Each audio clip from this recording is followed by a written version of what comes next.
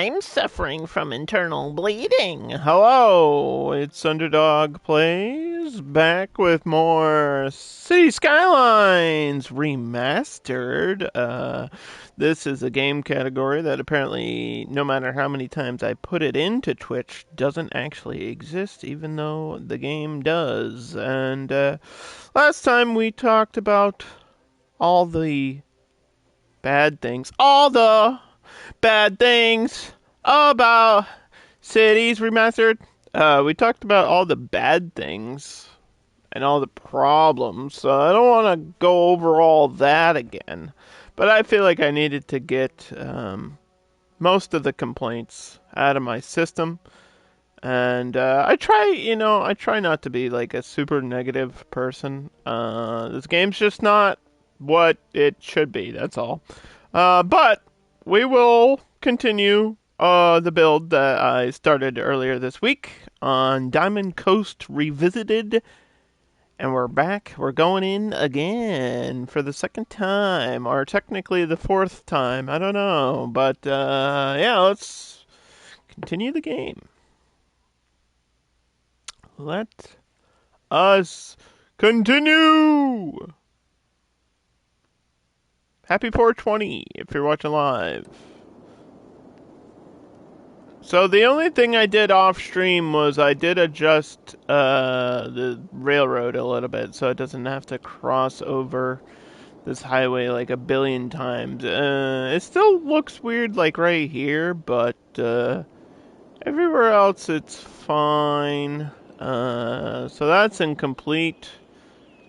And then I think I might have added an extra tram line. Just going the opposite way. So yeah.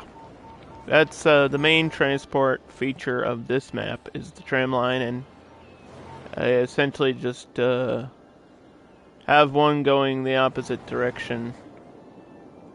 And that's about it. So it's not. I guess it is new, but it's not really. It's got 0 people on it, so it's not really doing anything. It's just kind of there. Well, there's a fire. I set fire to the rain. There's a fire. There's a freaking fire.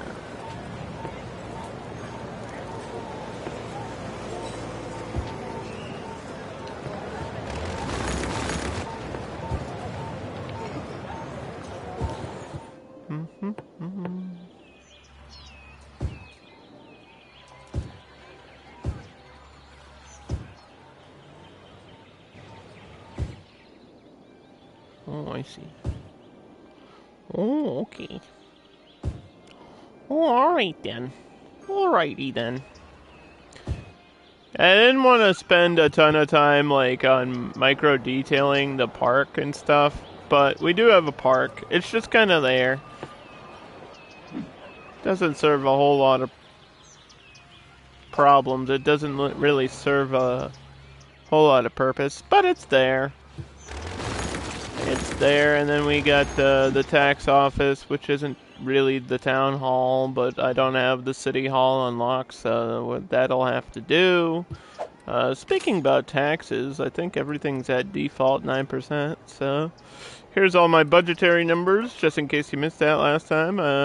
Pretty much just some small boosts where we need them. Garbage is always an issue in this game, but I added a dump here. So we got a dump there, and we got 2 dumps up here. So if I click on this, it seems like it's covered, but then there's like it's the processing status is in yellow.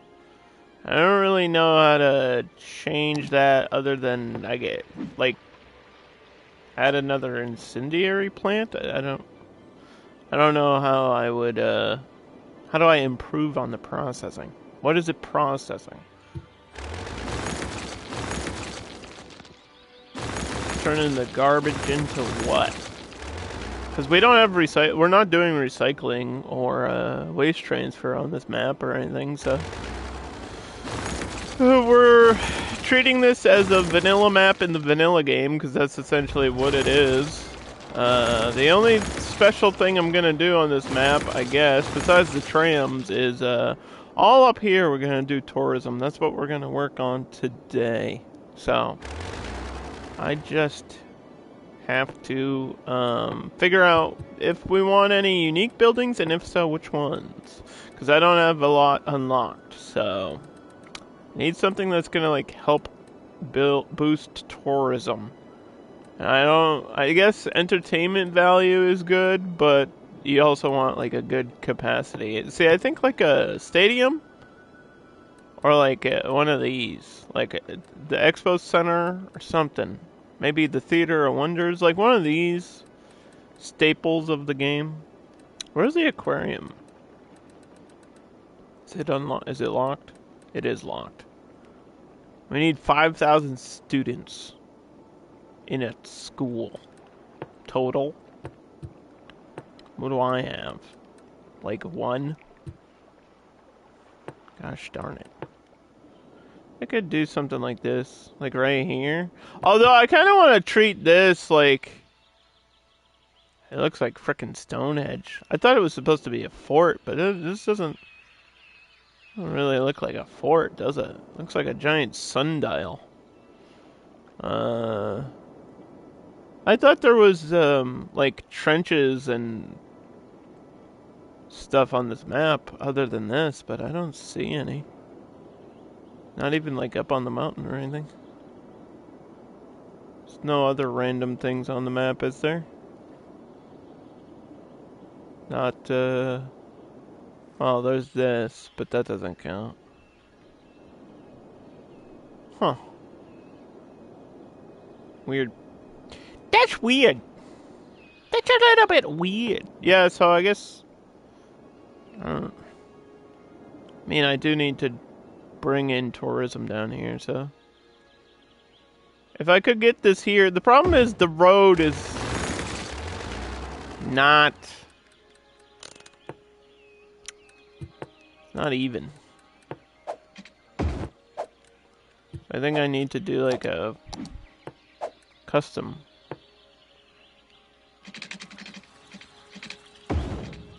connection. How does that work? It's like curved.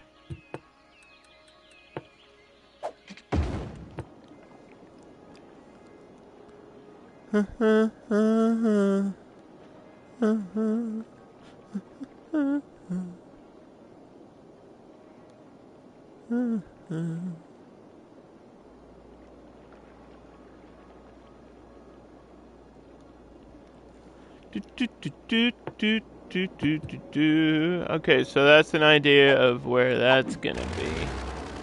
It's kind of far out there. There's a lot of space on these maps, especially now with the extra tiles. We are playing on the remaster, so I do have like the full 25 tiles. The only thing is you can't really adjust where the starting tile is. So, like, there is a map editor, but we ain't got time for that. Doesn't really work the way I wanted it to. Although I appreciate it being there. I appreciate it. Oh god. Excuse me, I'm yawning. I appreciate the tool, but I don't think I'll actually use it.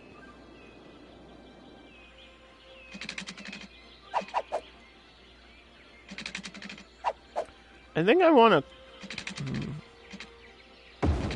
try to get this to be even. Like that. But something is going on with my spacing, which is weird.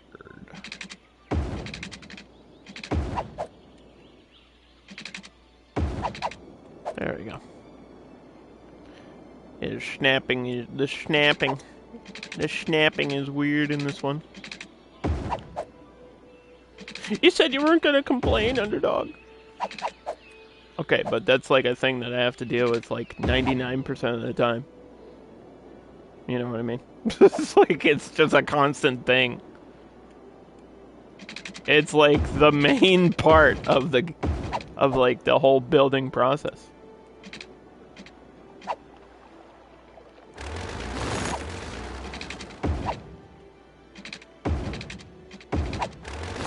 It doesn't have to be like a perfect grid, but I would like some like at least a parallel road going up because I need traffic to flow around this way. So, and then I don't know where this is going. That's just a dead end. And then we got all this. It's just so much space. Realistically, it's so much space to do a billion things with. And we were talking about maybe putting the harbor here. And then all this can be like the whatever's around the harbor. Fishing stuff, maybe? Because we do have industry. Is there fishing on this map? It's a whole lot of yellow. And shellfish. Don't be selfish. We got some shellfish. Don't be selfish, but there's a lot of shellfish. So where is that? This will count for my unlock here, right? Which one was it?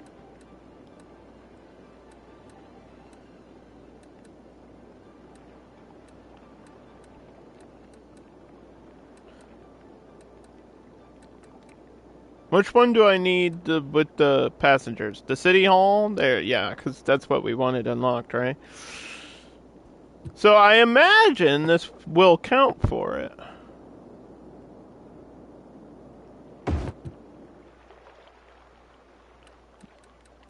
Passengers are passengers. It doesn't say they have to be like intercity. It doesn't say within your city. It just says passengers. Which includes the harbor. Now all I have to do is smooth this out.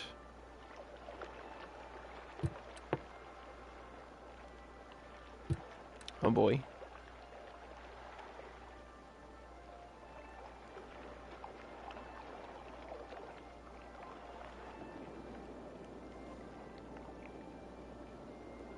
Like so.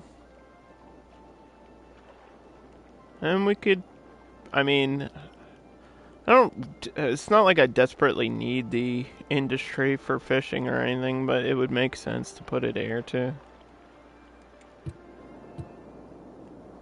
I really don't have anything going on with the water, so there's a lot of water on the map. It's like I could do it, I don't need to do it, I don't even know if I want to do it. I'll think about it.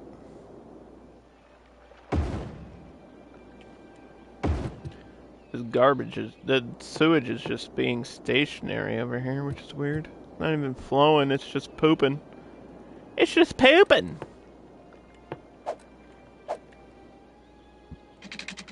It's just pooping for no reason.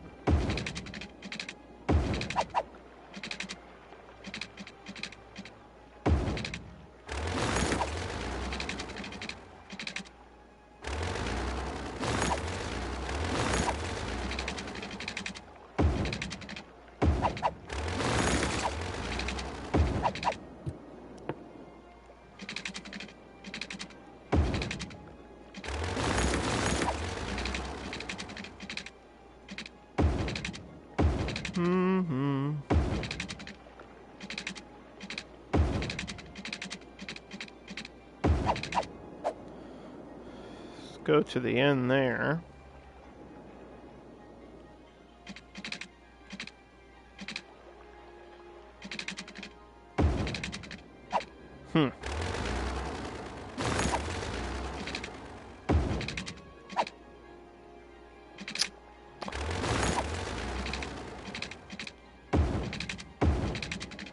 Even my grid isn't right. My grid is wrong.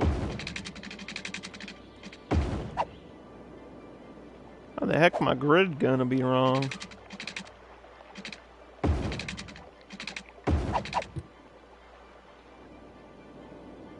That looks pretty bad. That actually ruined it.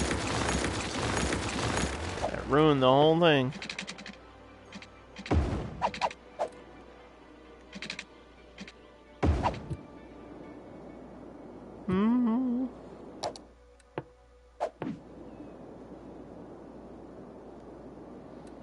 ruined the whole thing, didn't it?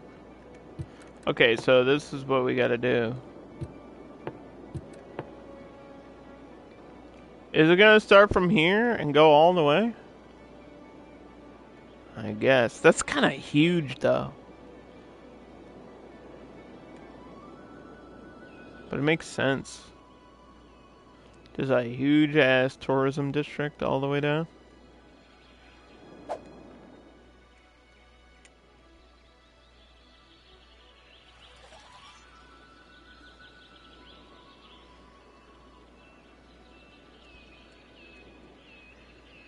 At least to this point. And then let me have some, like, hotels on the beach. We did tourism not super long ago, like, in the regular edition of cities. I'm not the biggest fan of tourism, but that's what needs to be here on this map. That's what this map needs. It's not my favorite type of thing to do, but it's what we need.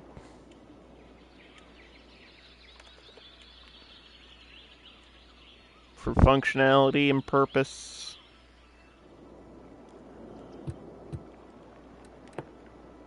So, we gotta select the first one on commercial specialization, which is, I guess, an umbrella.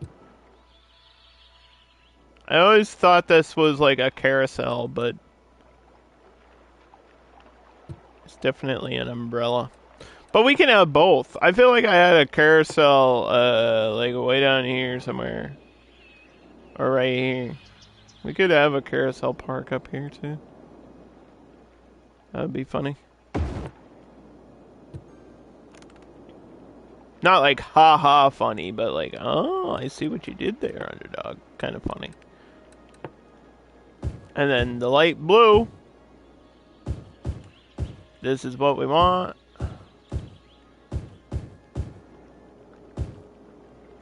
And hopefully, the game will recognize what I'm trying to do and pop these things in without giving me too much of an issue with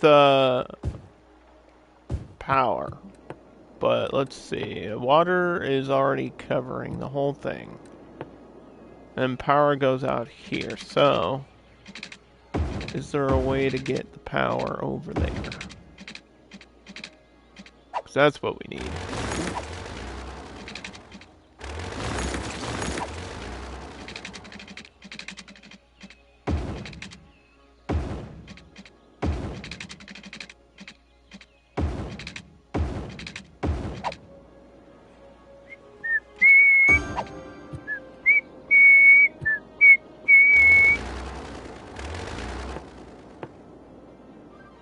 Yay! Oh! There's a building. Things are happening. What is this? After dark. Huh? Is it? Oh, it is tourism. I just didn't recognize this one. Is this a new asset? It says After Dark DLC. It's a hotel. It just looks weird, that's all. This is the... What is this? Where did these come from? This is what I'm used to seeing, like, every building look like. There's no way they added new assets. I'm probably just not familiar with a lot of them.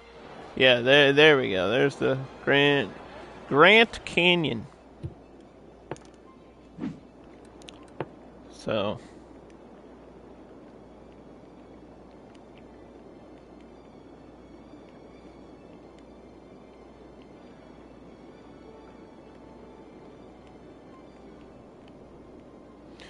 There's the tourism district.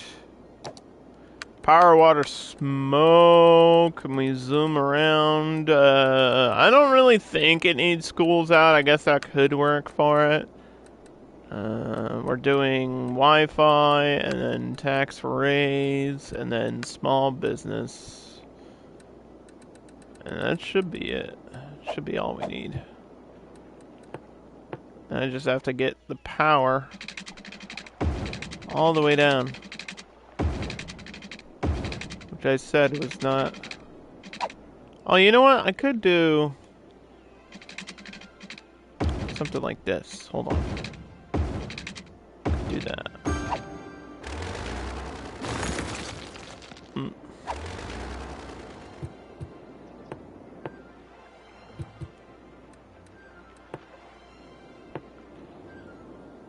And it's like, once this starts getting going, I know that we need to do utilities.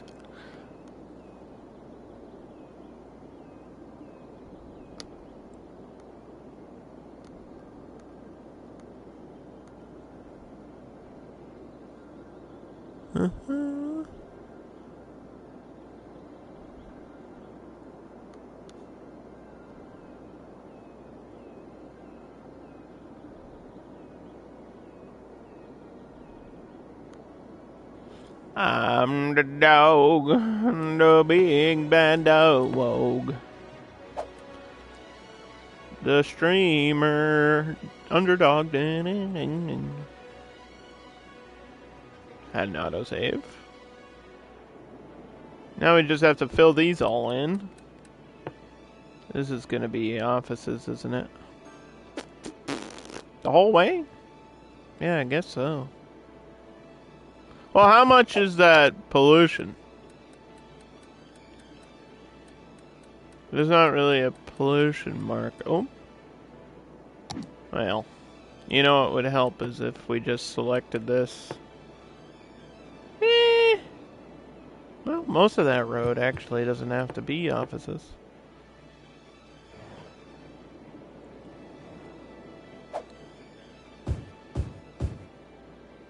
We could probably get away with a little bit of light blue. And then maybe like a park here to create some sort of separation or something. Like a plaza. Like that. I think that would work out great.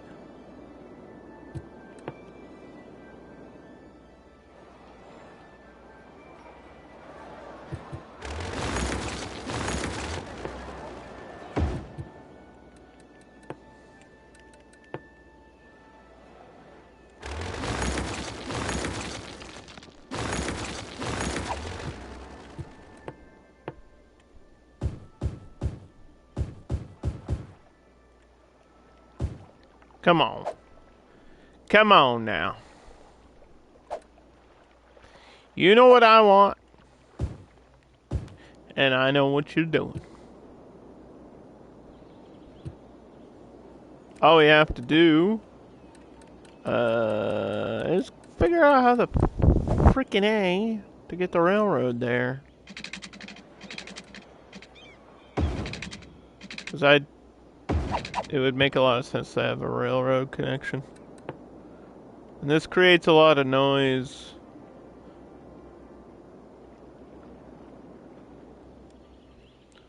But if I put it right there, that would be probably the best place for it. That gets people directly to the middle of the tourism district.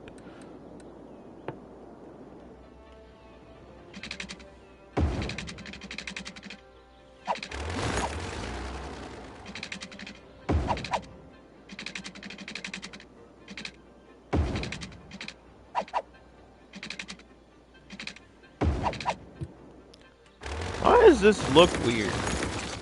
And why did I just have like a voice crack? My name's Underdog, I'm 34, I'm still going through puberty? What? Say what?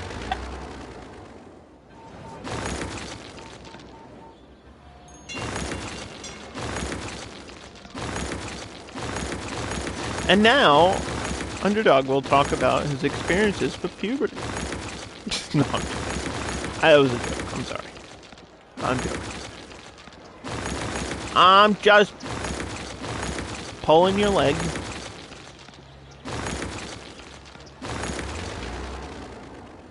Alright, so I think the tram is going all the way around, and it would be nice to have like this cut through too.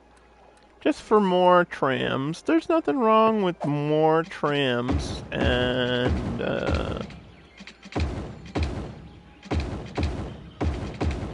yeah, I would love the road update, but hey, we're not here to complain. I said I wouldn't complain, so I'm not gonna complain. Yeah, we have off-ramp here, and then the highway directly connects to there, and then it goes all the way out here. Because I wanted the highway to, like, kind of get over here, too. Because it's always nice to plan ahead and expand the map and build things all over the place.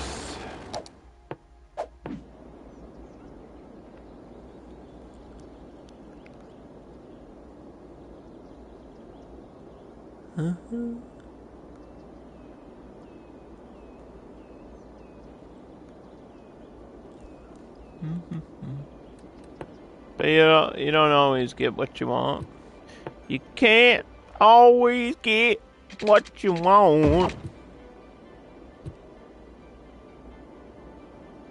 I don't want to, like, just fill in utilities randomly either. I really want to avoid doing that.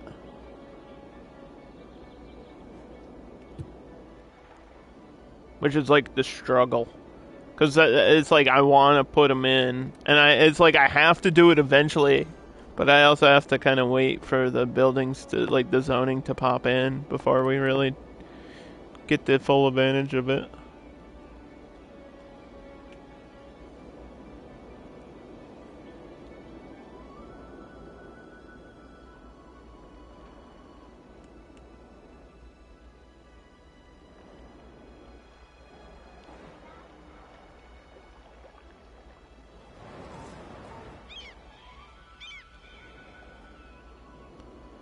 Dun dun dun. I think something next to this would be cool too.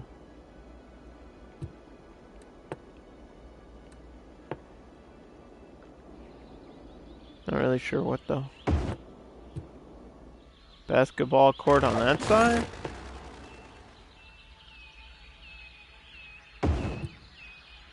Okay. Oh, maybe a utility. Or a utility on the other side. So that it's not like an awkward three-way. I don't know if there's going to be enough people here. Like, there's not going to be enough residential here to warrant a hospital, really.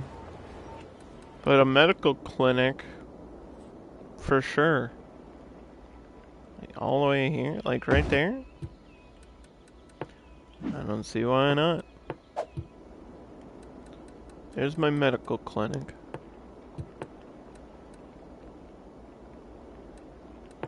And a restaurant? A restaurant would make sense in a tourist area. Although that would fit with leisure, too.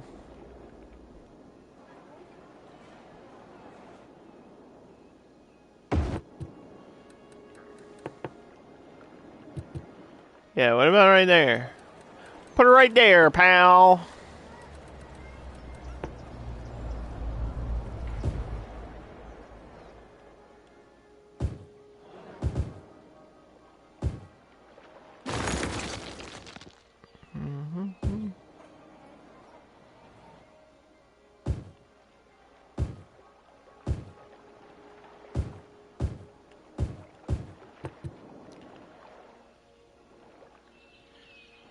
These roads are weird.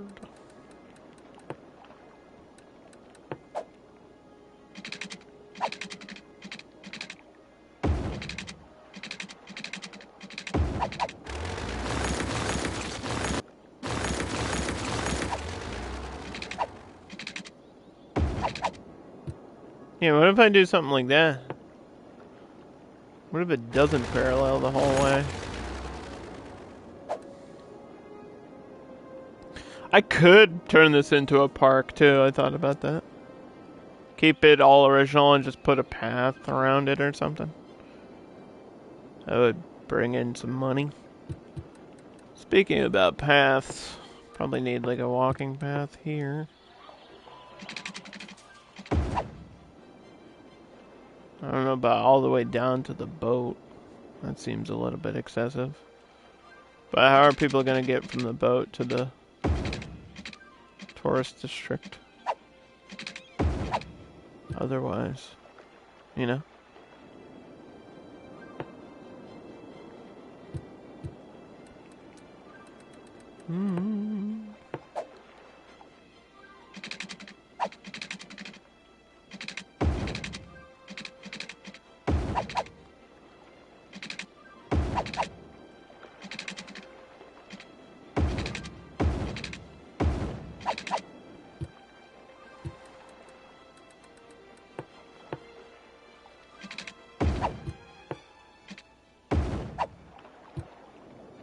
Okay.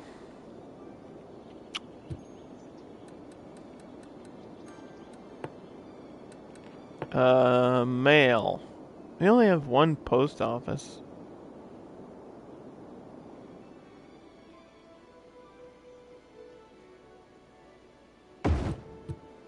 That's kind of weird.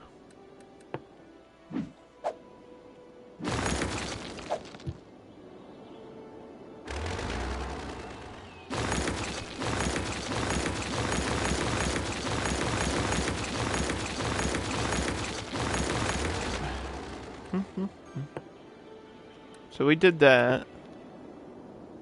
What else did it? I used a pool. Okay, a pool up here would make a lot of sense too. Right in the middle? Or along the water. Because this one's kind of in the middle. Like along the beach.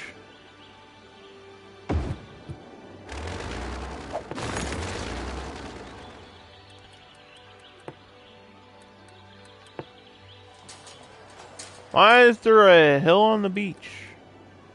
What in the world? Get that out of here.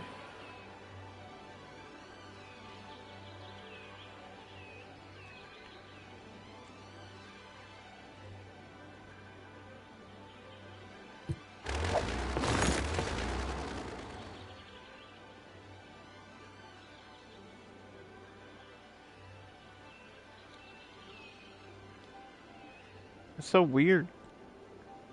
Like, literally, hills up. It's a dune. It's a giant sand dune. Which I guess makes sense when you think about it that way, but... Where did I put this? Somewhere here.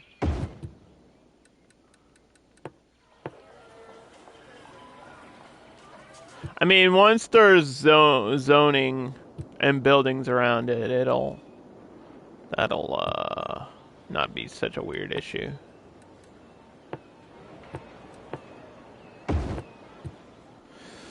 Let's put a park there. I need something next to the train just to like cool it off a little bit. Gotta chill out, bro. It's 420, man. Just gotta calm down a little bit.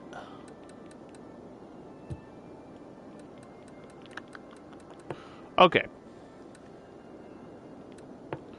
So we were using these elementary schools, and there's a lot available. I think there's got to be some like residential clutched in.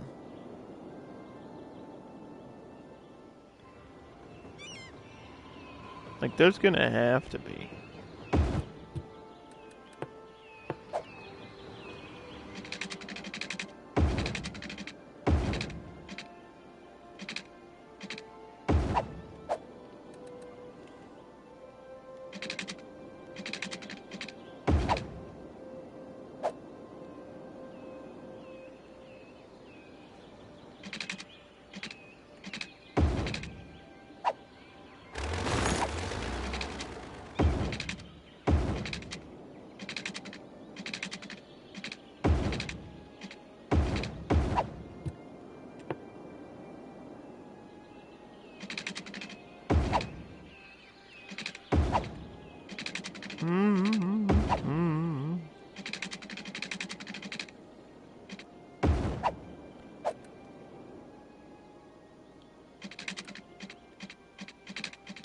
Uh-oh.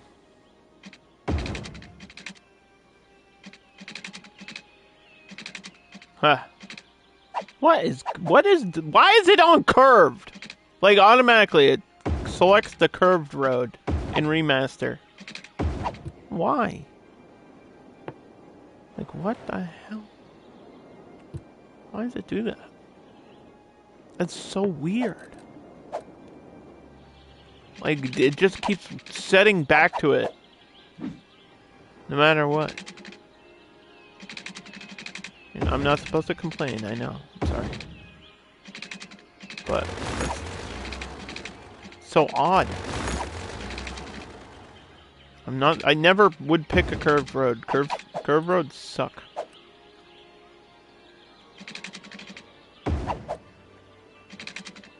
I literally just freeform or use a straight road all the time, no matter what. Even when I'm making a circle, I would freeform it. It's easier.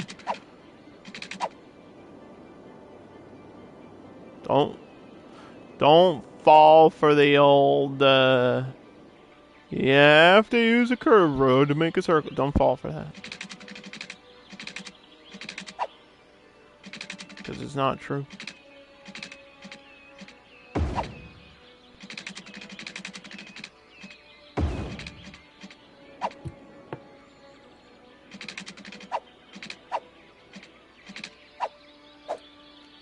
So I guess some of this could be residential in the middle.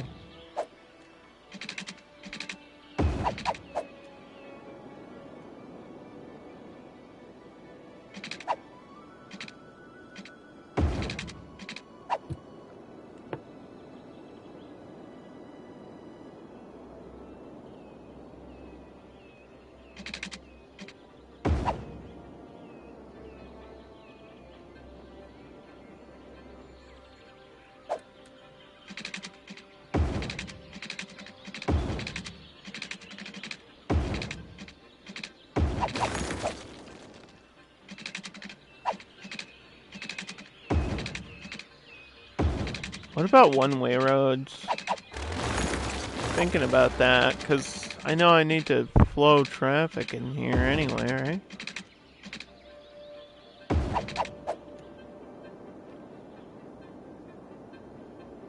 That'd be crazy. I don't know how much it would actually help me, though.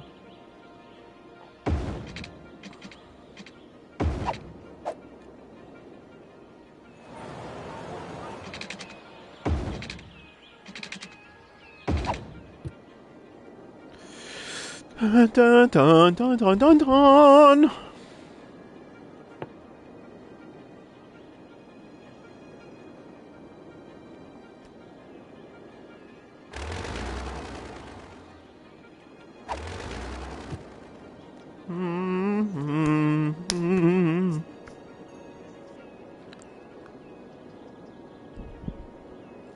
Yeah, just I don't want it to be super boring.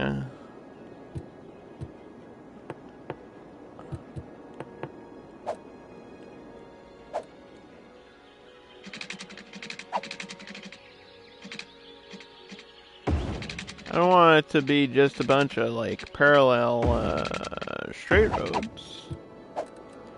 That's no fun.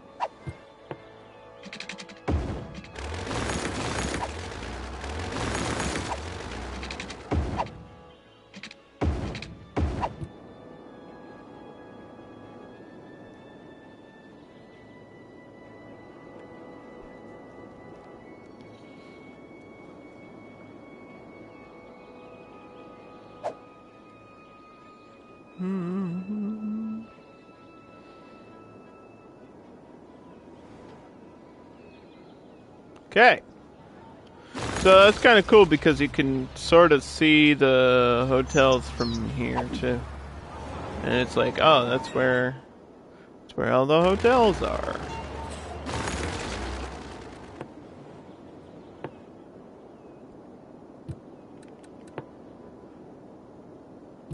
But there's got to be a place where we just cut the tourism off.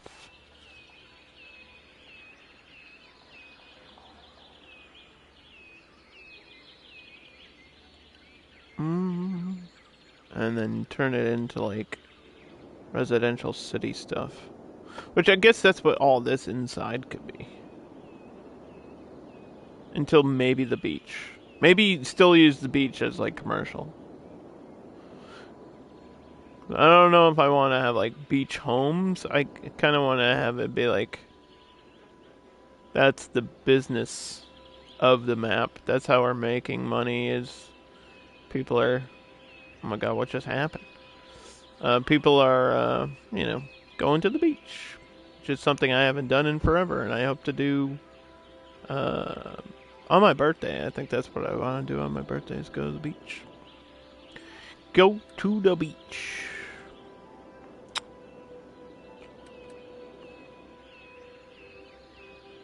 It's like once in a decade thing that I do. It's just like go to the beach. I'm not a big beach person. There's an arcade there. And I love arcades. I'm not so much of a... Like, I don't swim, really. And I don't do sun and burning and sand up your butt crack. That's not the life I'm about. I'm not about that life. I ain't about that life.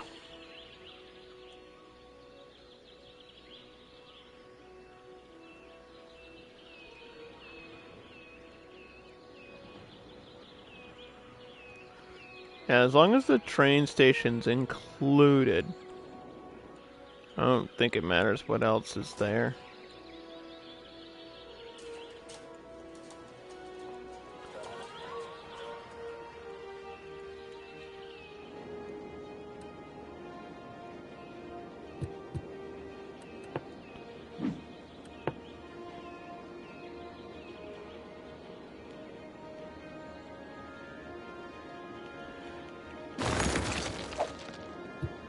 So that's technically like Diamond City. This is Trapo Heights, which is probably more built up than it really needs to be.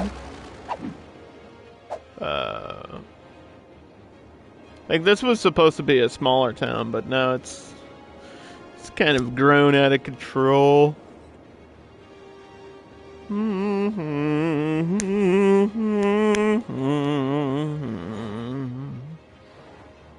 Kind of grown out of control, bro.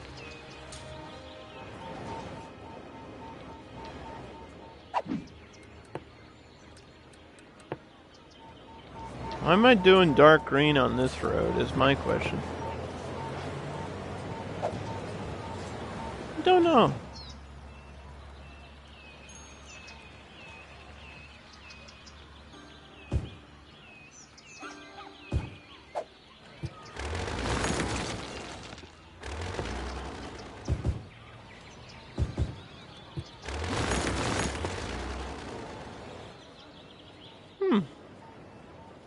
That is kind of interesting. Why did I do that?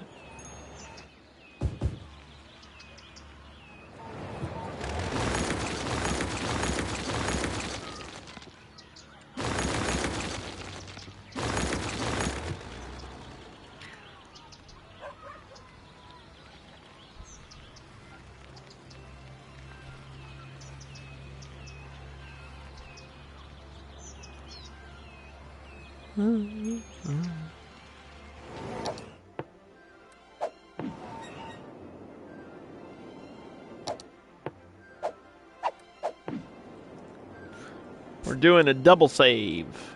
It's like doing a double take. We're doing a double save.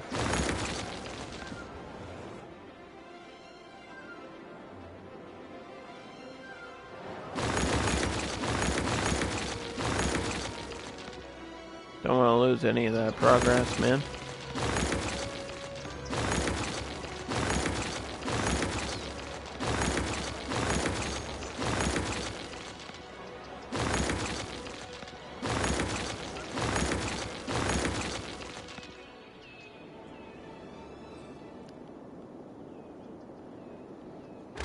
And there is a demand for green, dark green that is. And so that's what we're gonna do.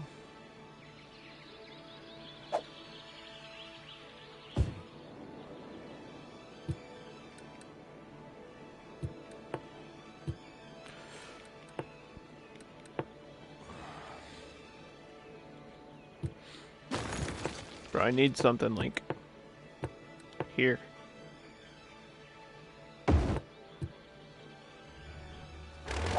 That's a bouncy house? Maybe I put the carousel there. Move this. Turn this into something else. It could just be a regular playground.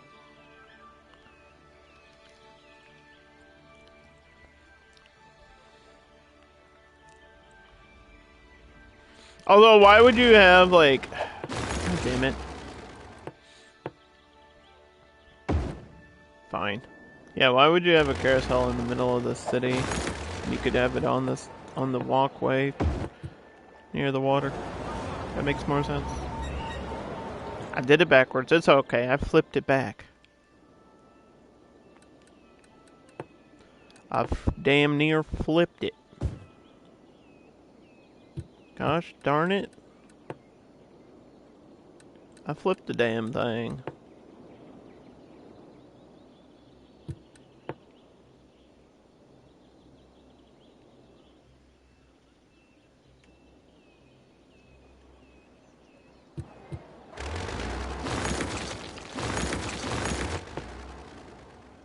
Okay, now we just gotta bend the railroad around that.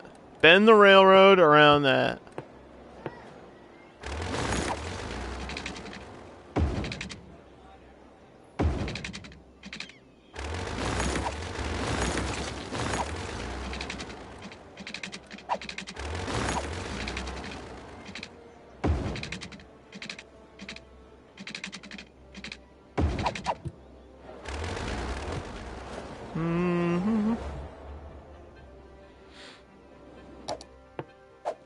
There we go.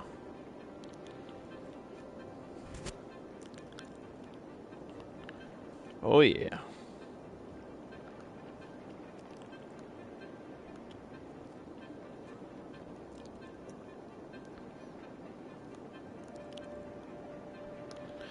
For 20, 420,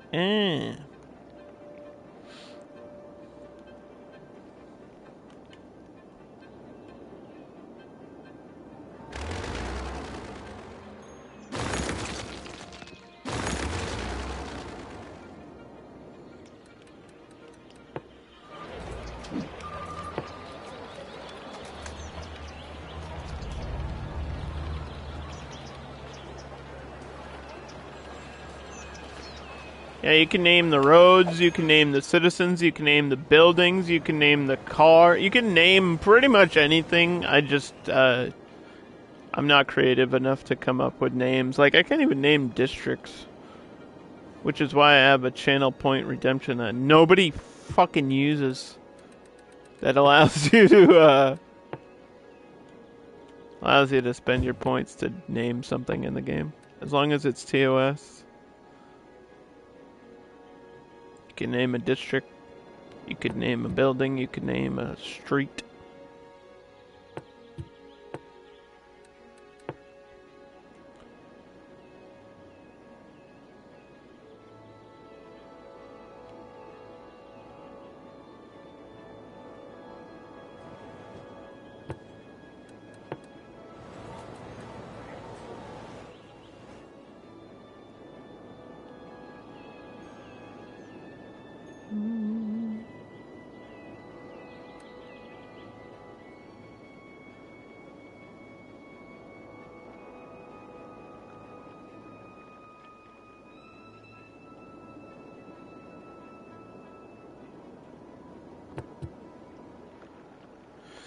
Okay, put trees everywhere. It's probably too much. That's alright.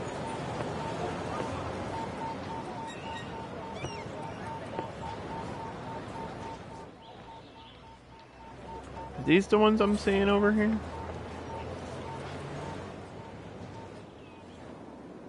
Yeah, I think so.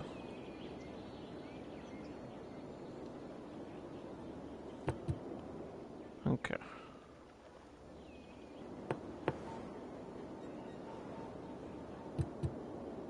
Yeah, make like the trees more dense as it gets near the buildings. It looks cool. It looks cool when you do it right.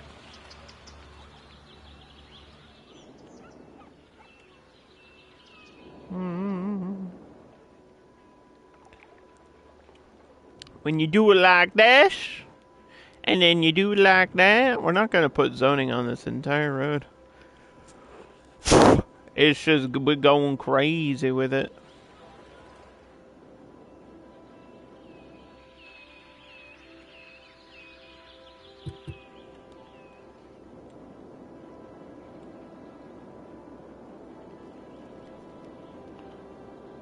I don't know if it's the camera or my controller is drifting a little bit today. I feel like it's probably the controller. I fixed it.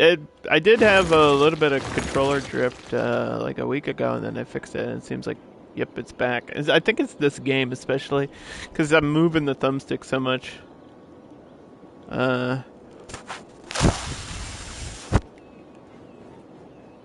It's alright. It's annoying, but I can still play with it. Still playable. Eventually I'll get a new controller. When I can frickin' afford one, but they're like $70. At least. That's the bottom line. That's the bottom line, bro. There's like a... What is it? The dual edge or something? It's like $200. What are you, crazy? For what? For 2 extra buttons? Like, what are you paying for?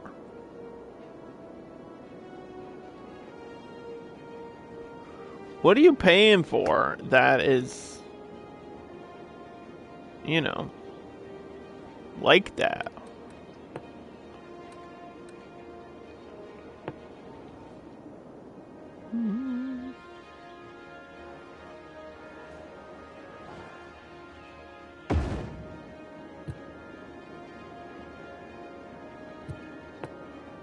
Okay. So we did a high school there. And, like, none of these buildings are coming in. Even though I did the zoning. What's going on? Is it because it's not powered? Should be. Should be powered. Should be connected.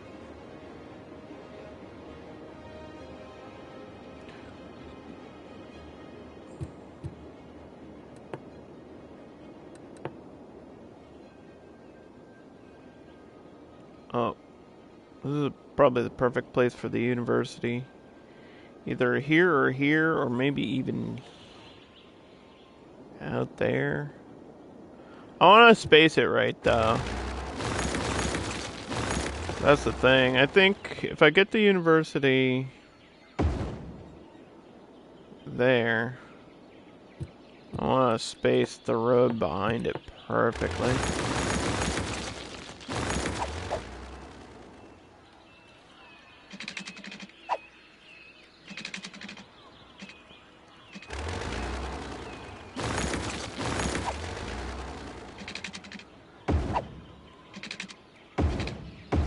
There we go.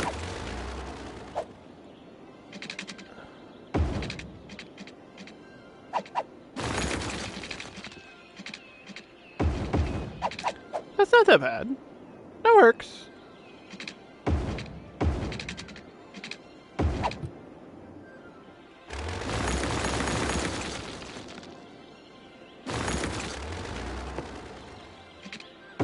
That works.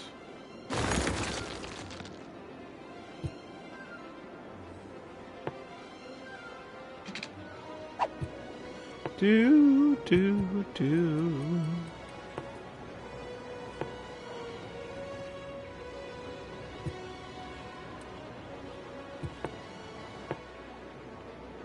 Is any of this actually on the water? I guess that one is. Hey, that worked. Okay. And then... see, police headquarters. That's gotta be up here on this side. love that to snap there, though.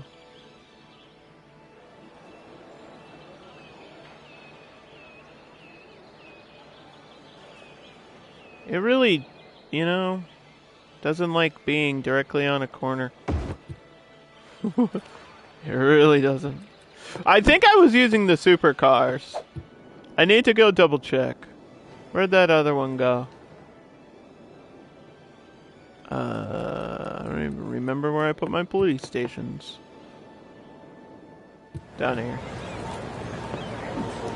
Nope, we were just doing the generics? Really? Maybe I was. Maybe I am boring. Did the supercars on a recent map. Maybe that was why.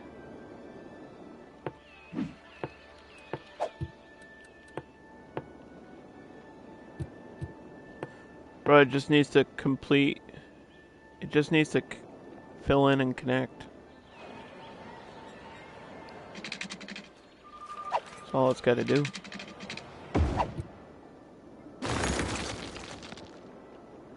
I'll get rid of these wires eventually. Okay, so we have the university there. And then fire's been weird. I've had weird issues with fire on this map. I had to put a small one out there. Probably have to put a small one out here somewhere.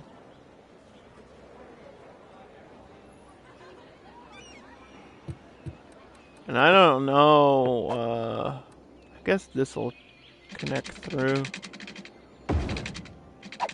Oh, you know what would be cool? Actually.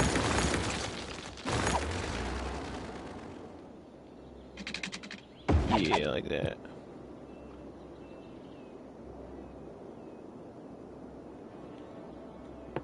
Have some sort of connection through.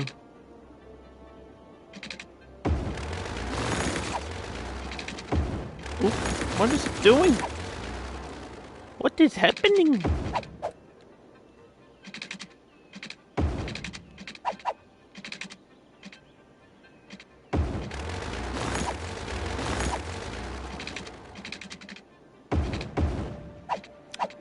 What is happening? I don't think I could snap at this angle. Yeah, no way. Also, I don't really think that's necessary to go through. I don't need that. Alright. We're expanding.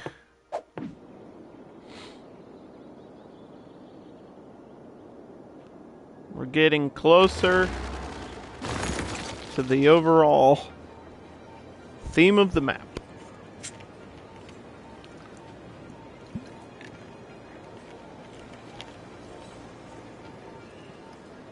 Hello, Geekette. How are you this evening?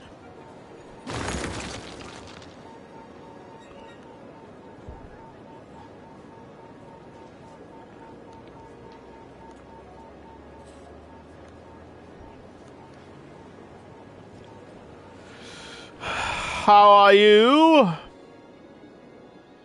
Please tell me you're doing well. Please. I need positivity. I'm fine. I'm just kind of tired today. I fell asleep for an hour. And by that I mean I took a nap by accident. I fell asleep not on purpose.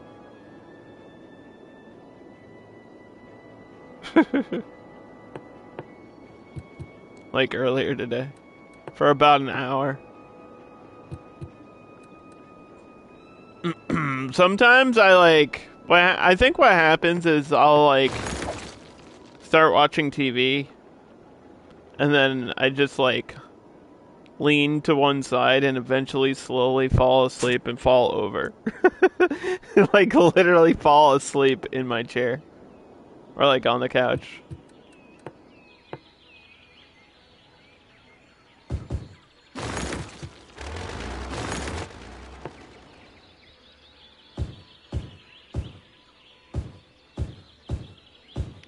Yeah, I don't understand what the game is waiting for with the buildings.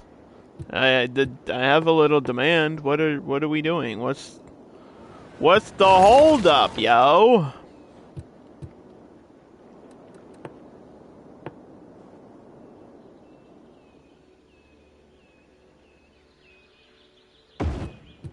Alright, so we'll do this small one here. And we'll do a larger one down by this, down by here.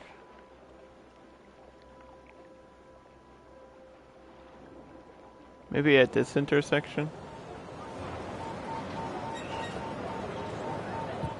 So that at least we have something at this intersection.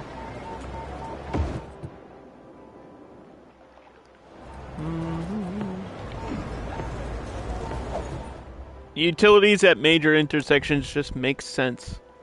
Especially, for the fire. For the fire. And then...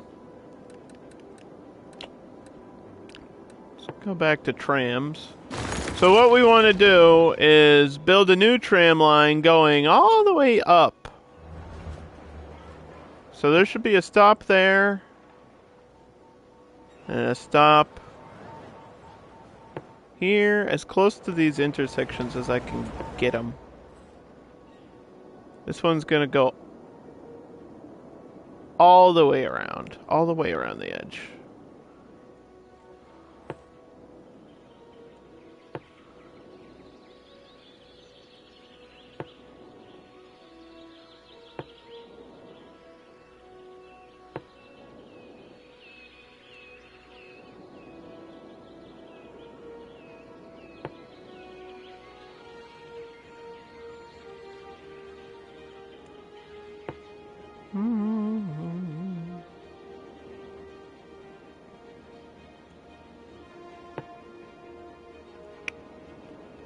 What would be cool? You know what's cool though? I actually don't have to make that part of the line. Because the tram has to connect there anyway. So actually this will work. Like I don't need the line to go down here. It's just gonna spawn in new trains. Or new trams.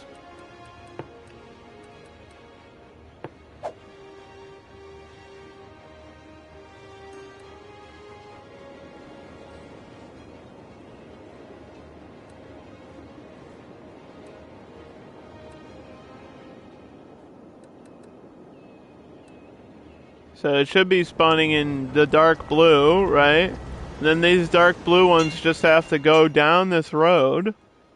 And then they'll start picking up people around here. And I know it sounds dumb, but to do the same line the other way, because it's a city, and we need our passenger count to be high anyway, this makes a lot of sense. It's just going the exact opposite way. That's it. You don't always have to do this, but in places where you know there's going to be a lot of people, it just saves me the time of doing it.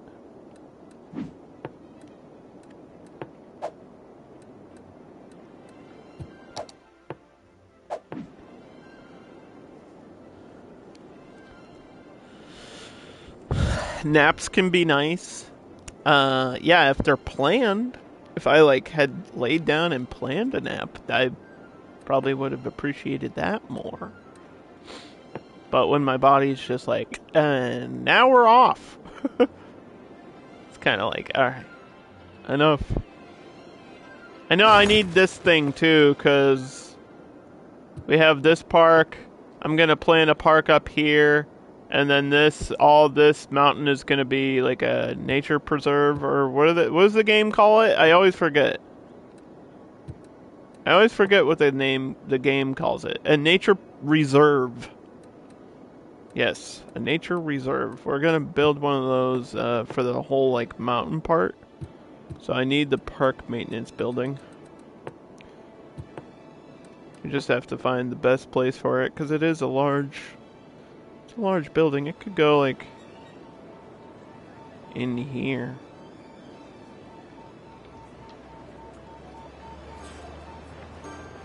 Or even this way.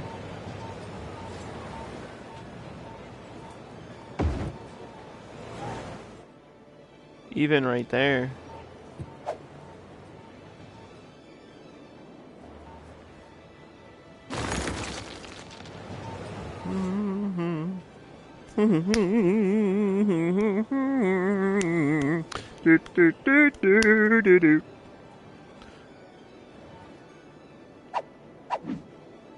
Now that song's gonna be like stuck in my head. God dang it, I don't even like Adele. I mean, I don't dislike Adele, it's just not somebody I listen to.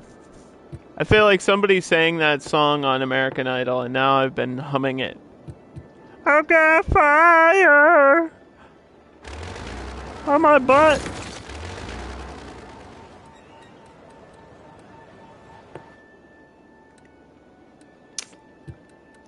Those aren't even the lyrics.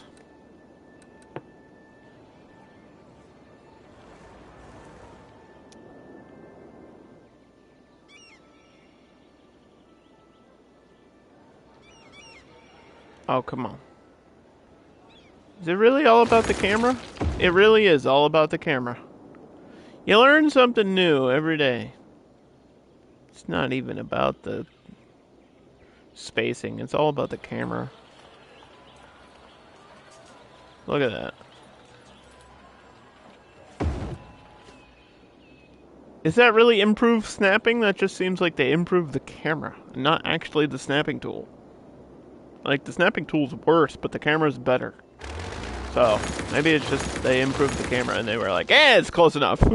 Like, not really, but thanks. Thanks, Paradox. Or Colossal. I don't know who to blame. I don't know. Colossal Order is working on City Skylines too, but I mean, it's like a Paradox thing too, so it's like a joint development.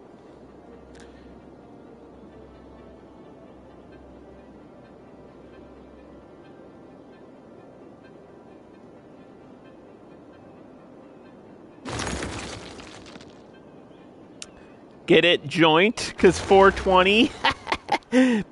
Sorry.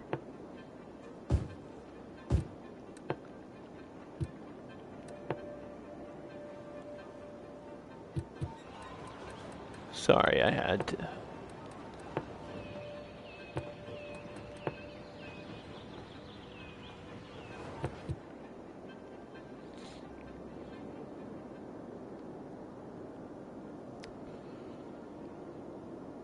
Alright. I think this is the part of the game where we have to fast forward for a little bit. Because kind of just waiting for buildings to pop in, and I don't know why it's taking them so long. Like, I actually don't understand.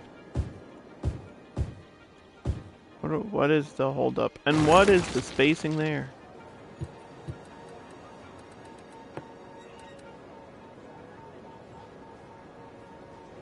You've never been into the whole 420 stuff?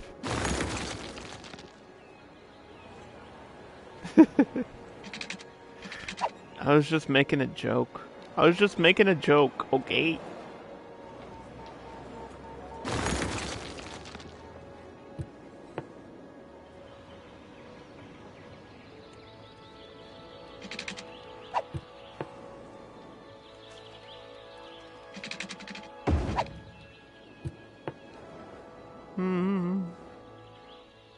Like, it's the perfect space for a path, but it's just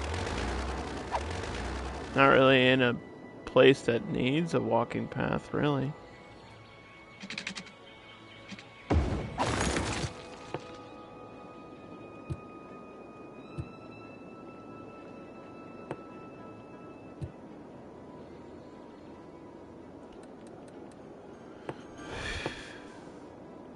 So the question is, what do we do with this middle road, and do I even need it? I'd like to transfer people from here to there, though. So, I think I do need that line. The problem is I need a stop somewhere. Like...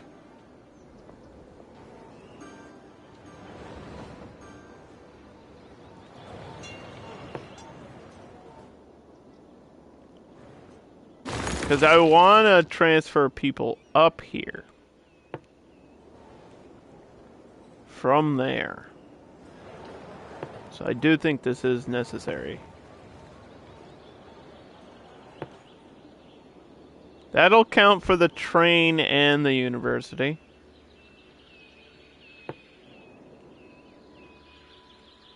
We'll share a stop there. Share a stop there. And we'll go back.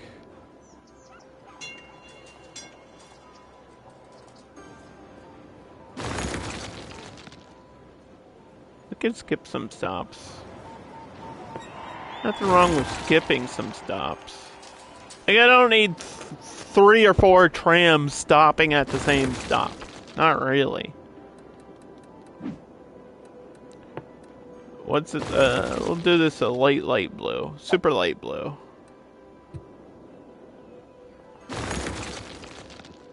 And then look at the traffic.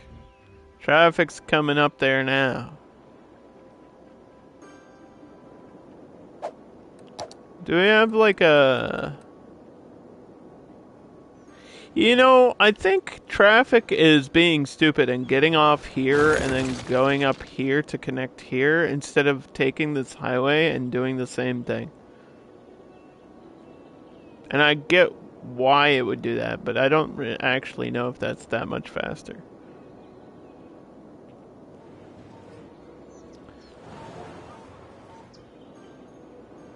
I knew traffic here would be abysmal no matter what, though. What if I did a...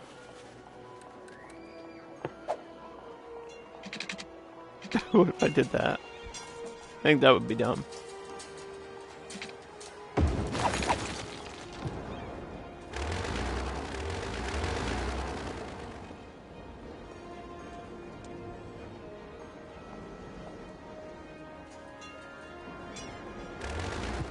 Is that gonna cause an intersection? It does. Nobody's gonna use that.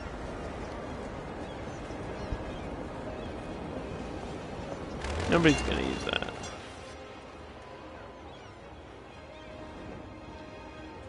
I was thinking maybe I could get the highway to like bypass this intersection a little bit.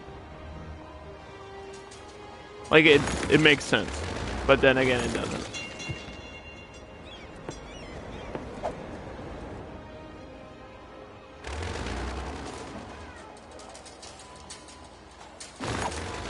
But what if?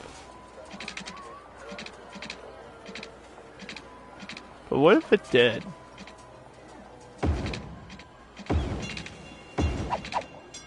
That's dumb.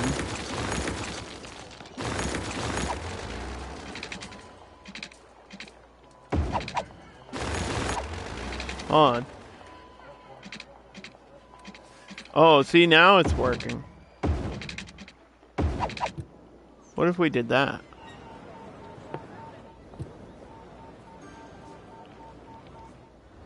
It looks uglier, but actually that's probably more efficient.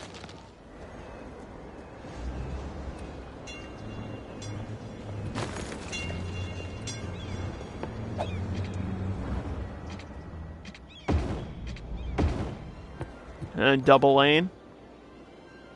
Double lane it.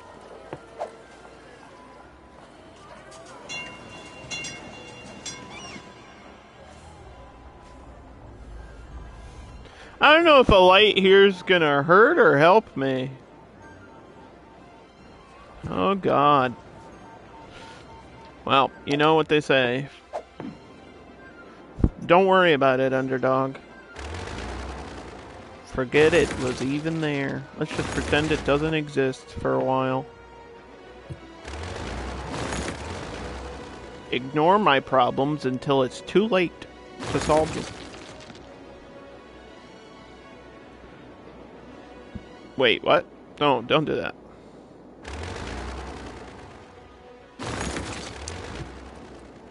Is that the only place the train is going? Probably. I don't really need my train to go to the other part of the map. So I guess I could do the train line too. Although it's just from here to there and back, right? I don't have an extra stop anywhere. Unless I add one for the power station, but I don't think there's a purpose for that.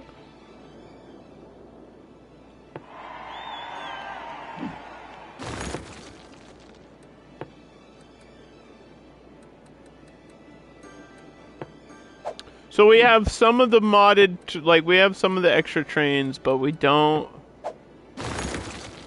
You know what? I'm not even gonna ask. We have some of the, like, extra trains, but we don't have the extra vehicles. Huh? We don't have the trams, but we got the trains? This remaster is weird, bro.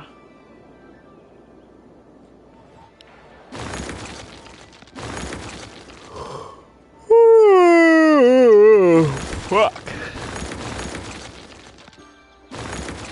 Yeah, I'm just tired, sorry. I had coffee, I'm just, like, still not awake.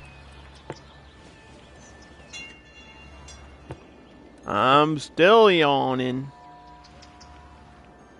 Feel like it's moaning. Still yawning.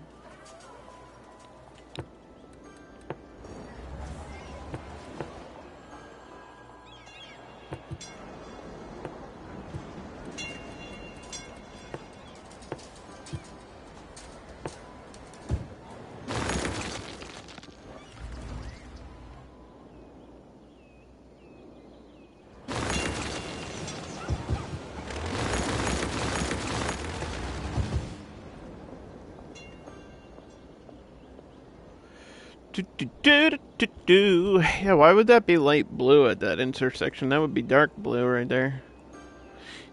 This might be light blue. This might be light blue, but out here, that's all dark blue. It's gotta be. This has gotta be high density commercial. We gotta make business, baby. We gotta make the dollar beans.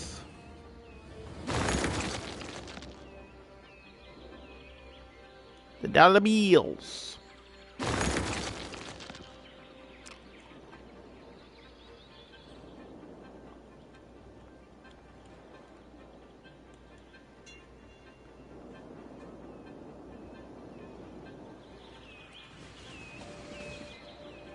Wow.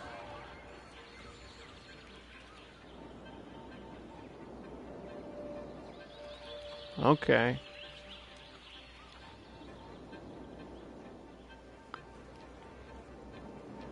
Not sure which one of these needs the light. Because technically both of them do.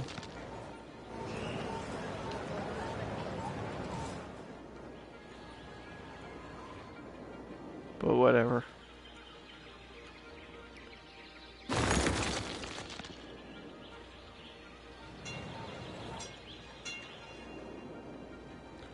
I don't believe I'm adding more roads over here, actually. So this should be okay to do now.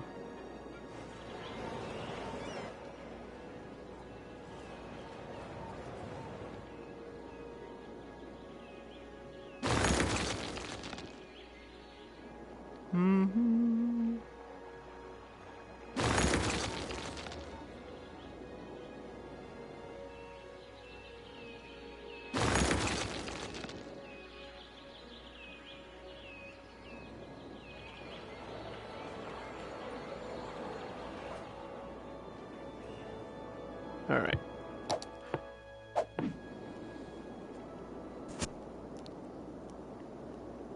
Okay.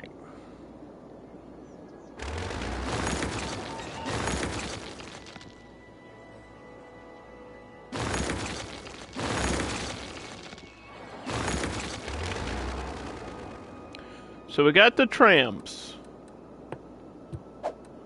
How many people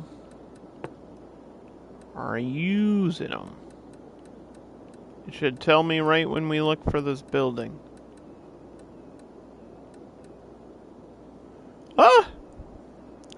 We're almost halfway there. 1,000 people. I was wondering if buses would help. I don't see why not. I feel like it's kind of like counteractive, though. Like, I need to get that building unlocked, but at the same time, I don't actually need the buses, and the whole point is to have the trams be the main thing. I feel like if I add buses, they're gonna use the buses and not the trams. So...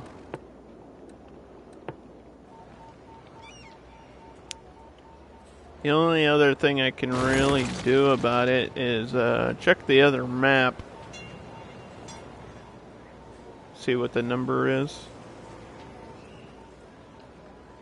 Because if I get it unlocked on one map, I'll have it unlocked on all the maps.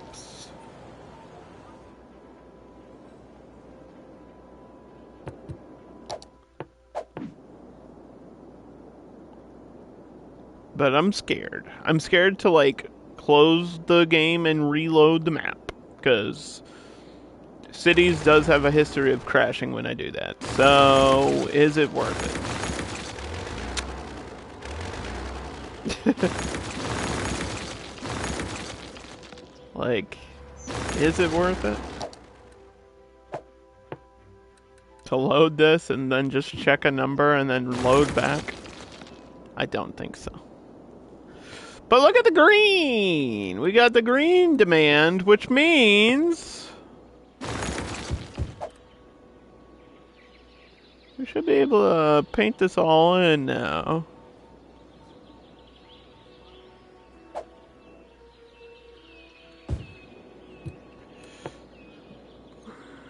Yeah, okay. Well, listen.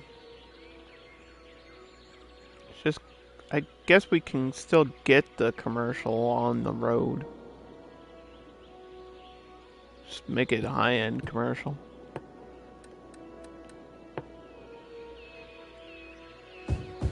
There has to be something here, though.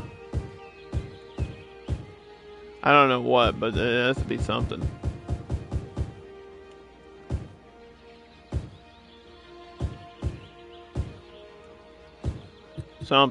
Something, maybe a unique building. Maybe just an office. Oh, the resort hotel would make a lot of sense. Yeah, the big hotel? Right into the dune, cut it into the dune.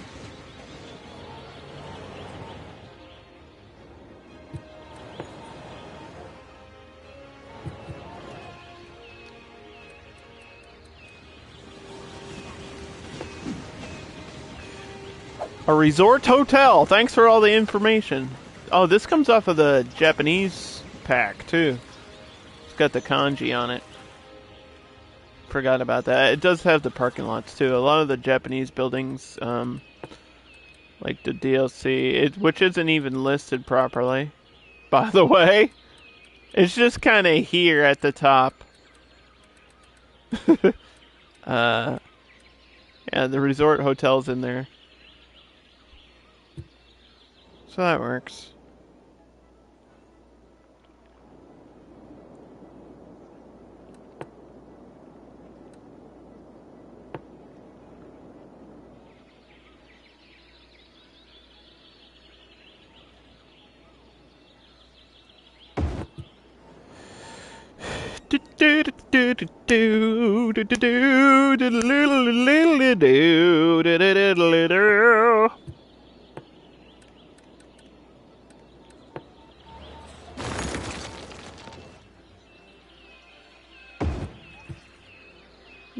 Beachside tennis court. Give it some more land value, I guess.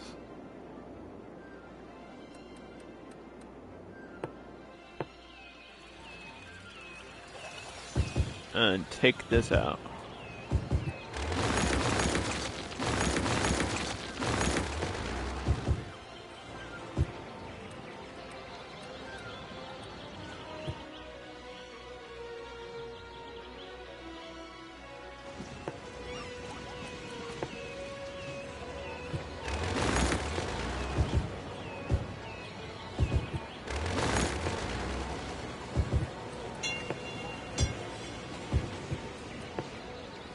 Dark blue. All along this road. And I think it would be smart if we mixed in a little bit of light green somewhere.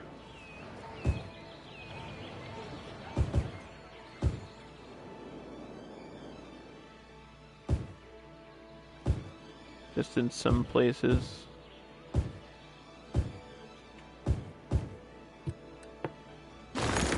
Probably not there though. This probably needs to be office space right here.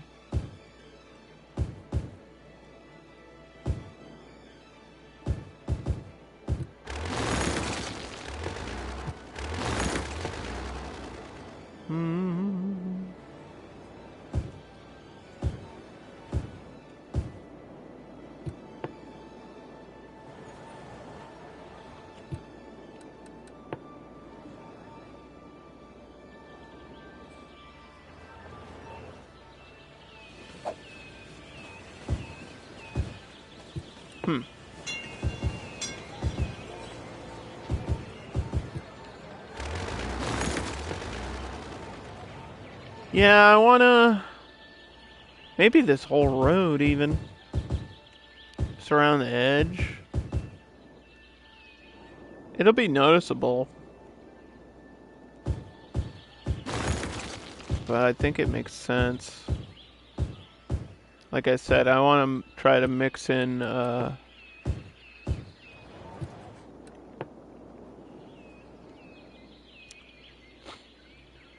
I want to try to mix a little bit of the light green with the dark green and not just have, like, the city areas be 100% high-end residential. Like here. You could see the difference visually. I want certain areas to be built up, not just the whole thing.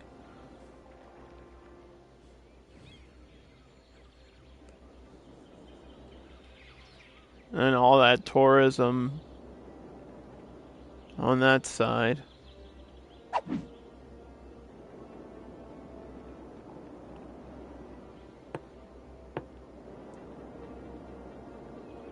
And around the edge.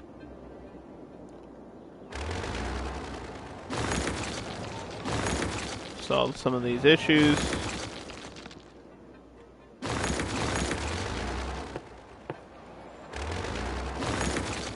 I think everything is powered, so I can get rid of this wire.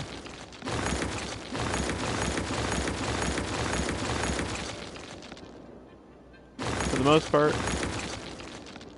At least to there. This, I don't know what we're gonna do. I guess offices will have to connect to the boat. If we could get low end, or like no, like a high-rise ban out of here, that would work too.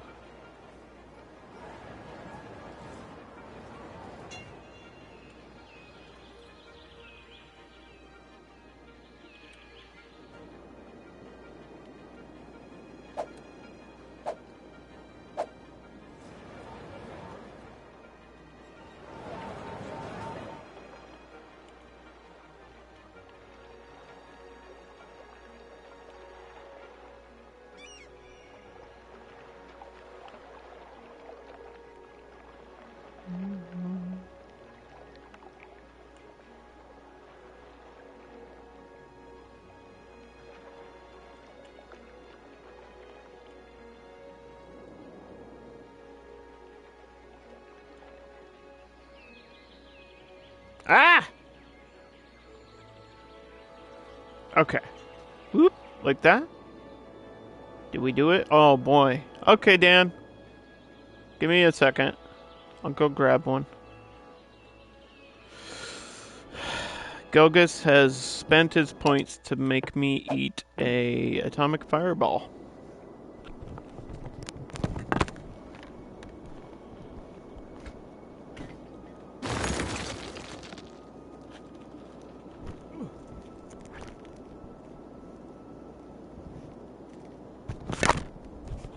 You have no clue what it is? It's like a cinnamon jawbreaker, but it's super hot. It's a piece of candy. Tastes a little bit like cinnamon at first, and then it's just really hot for no reason. It takes them like a minute to really heat up.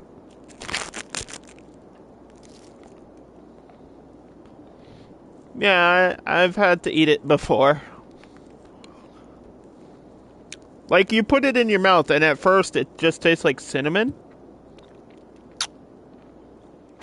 For a little bit, and then like a minute later, once you get past that candy-coated layer, it's just hot.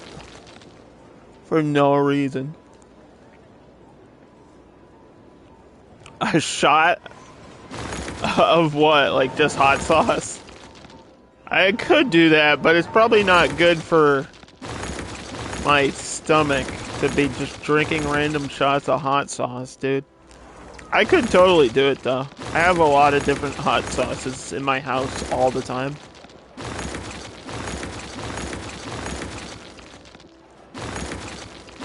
I have different hot sauces for different things. I have like a hot sauce for beef. I have a hot sauce for chicken. I got a hot sauce for tacos. And I got a hot sauce for curry. When I make curry, I put a little bit of hot sauce in it.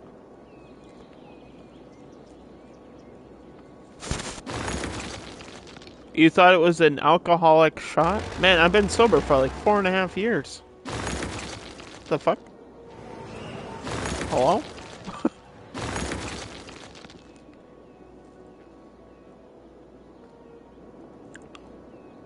It's hot now, by the way. It hurts to talk with it in my mouth. It is, ooh. It's heating up now.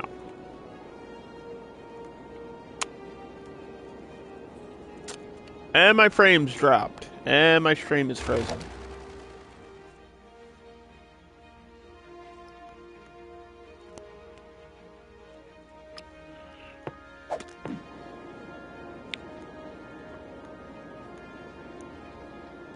Oof.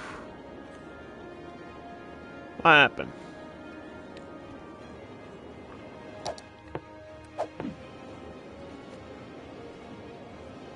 Let's see.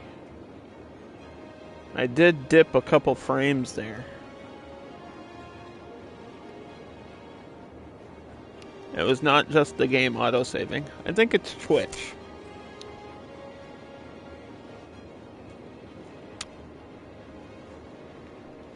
Twitch is just being stupid.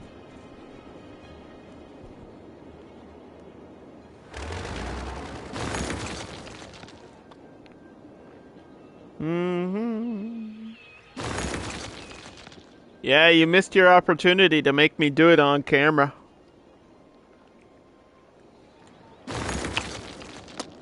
I don't know why you did that. Because now you just gotta trust me that I'm actually eating one. I have a whole bag of them. They're not even that bad. Like, they're definitely hot. Like, I definitely feel it. It's not like the worst thing ever, though.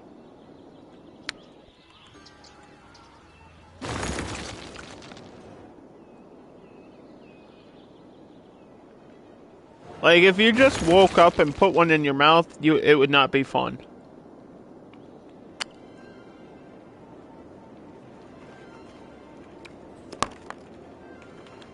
I'm trying to put it on a scale of how spicy it is. Maybe like a 5 or a 6.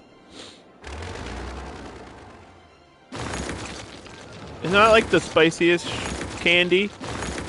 It's hotter than a hot tamale, though. So I have a whole box of hot tamales. It's hotter than that, but it tastes very similar. It's like that cinnamon type flavor. Like, if you know what a hot tamale is, it's kind of like that, but twice as spicy.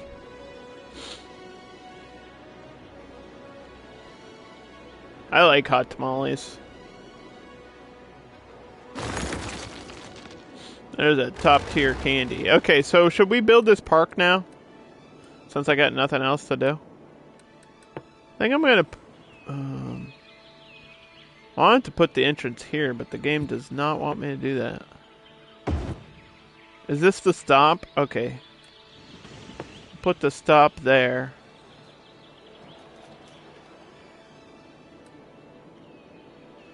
We're gonna have this whole, like, sundial thing involved.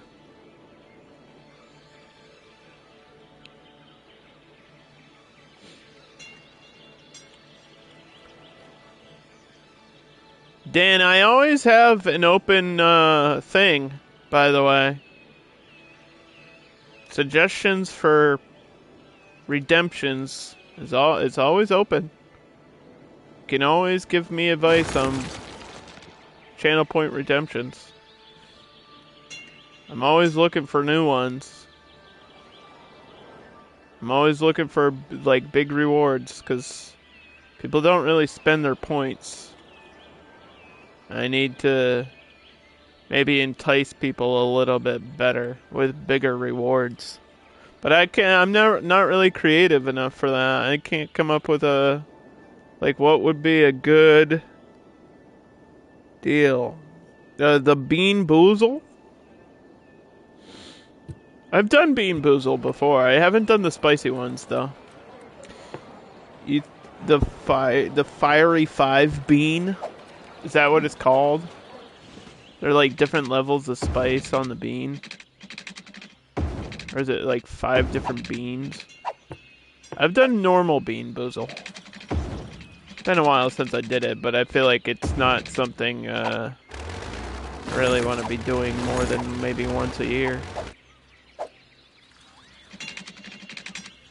You know what I mean? I'll probably do Bean Boozle, like, I'll do the regular Bean Boozle, or if I can find special ones. Like, if I can find those fiery ones, I'll definitely do it. I don't have any objection to that.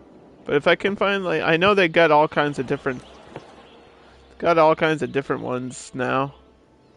I haven't tried the Harry Potter ones either. I know they got the Harry Potter ones. They've had those for a long, long time. I never tried those. When I did the Bean Boozle a long, long time ago, the worst ones for me was spoiled milk, because I'm lactose intolerant. And it tasted like milk, and I think milk is fucking gross. It tastes exactly like spoiled milk. It is what it is. It is exactly what it says it is. It says it's spoiled milk, and that's exactly what it tastes like, and it's fucking gross. It's the worst one, by a mile. I also really didn't like dirty dishwater, because it tastes like soap. It tastes exactly like soap, which is just an it's not maybe the worst flavor, it's just really unpleasant to have the flavor of soap in your mouth. Like, it's one of those things, like, you just know you're not supposed to, like, ingest that at all. Like, as soon as I had it, I was like, yeah, no. I was like, yeah, no. Never again. Okay, so we will fence this one, just for security purposes. It's kind of like a sundial, so I think instead of calling it sunset, we'll call it sundial. Sundial. It's like a Stonehenge thing, dude. This is pre-made on the map. Which is cool. There's jalapeno, sriracha, habanero, and Carolina Reaper. Oh, God. That sounds fun. I bought habanero chips the other day. Like, they're like kettle-cooked hard chips. And they have a kick to them, dude. Like, they're just habanero, but they are spicy. Got, like, extra powder or something on them. Dirty dishwater for a dirty mouth. Fuck yeah, brother.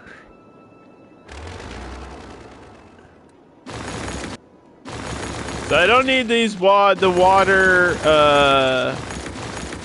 out here where there's not gonna be like buildings.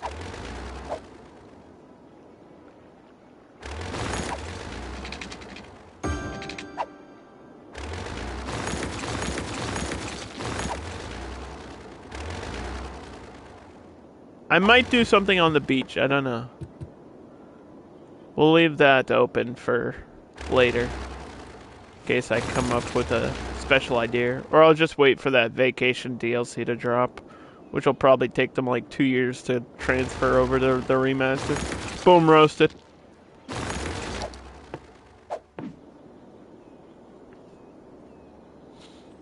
Yeah, I bought habanero chips. I am a fan of spicy stuff. That's the thing. Like, realistically, I am a fan of being of spicy stuff. You got the Bean Boozle pack. Did you get the spicy ones? Or you just got the regular Bean Boozle, or what'd you get? What you got in that bag, boy? What you got in that bag? I don't know how to get there.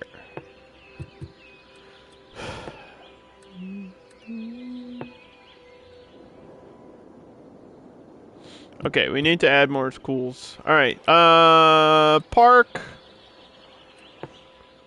Yeah, it's weird for me because I like spicy stuff, so making myself eat spicy stuff feels like it's kind of like unfair because I do enjoy it. I'm not affected by spice as much as some people. Like a Reaper is not fun. Like that's a little bit beyond my limit. I've done that. I've had a Carolina Reaper. I know it's beyond my limit. Like it was not fun. Like I survived, but it was not fun. But like I've eaten a habanero on stream. It sucked. It sucked because it was just like plain raw. Like if you mix habanero with other stuff, especially like mango or something. I had habanero and watermelon the other day, like combined. It's great. If you mix habanero with other stuff, it's not an issue at all to me. But if you just eat it like straight up, like if you just eat a raw pepper with like nothing else, it's way worse. Like I eat spicy curry all the time, or like I make chicken and rice, and I put like cayenne pepper in there and like a lot of spice and stuff, and it's not a problem for me. But if I just ate like pepper by itself with nothing, it's way worse, dude. Yeah, all those, every pepper is better with something. I'm a big fan of ghost pepper too. I feel like ghost pepper and green chili. I know it's not, like, green chili's not considered like a spicy thing. It's like a level 1 spice or something. But green chili is fucking bomb, dude. On like a burger, on a cheeseburger, green chili, oh my god, it's so good. I've been doing that a lot lately. Like when I make burgers at home, I put green chili on top. Ooh, it's so good. It's so perfect. Let's do a info building so we can get info about the history of the sundial. And then maybe like a public bathroom or something here too.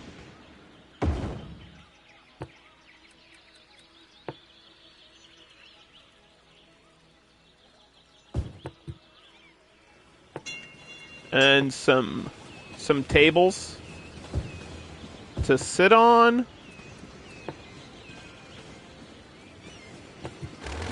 Get rid of this.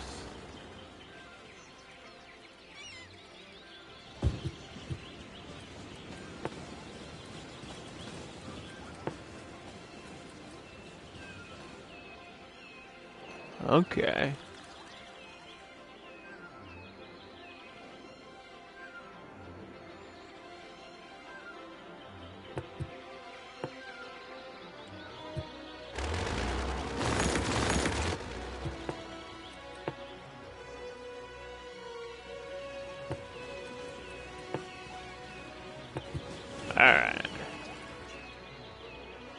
there it is. We just have to hope that I can get power over there. I'll do a temporary wire.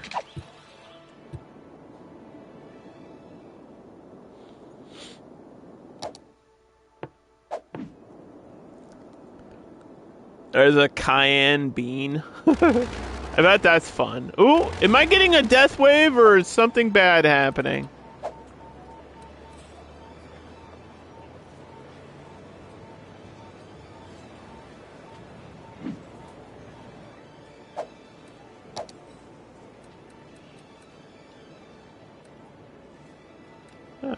Healthcare is at 71. This must be a death wave. Weird.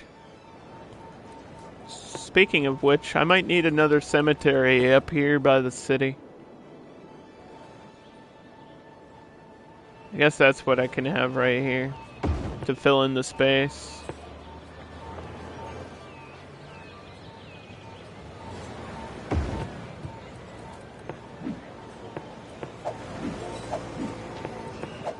Okay, cemetery there.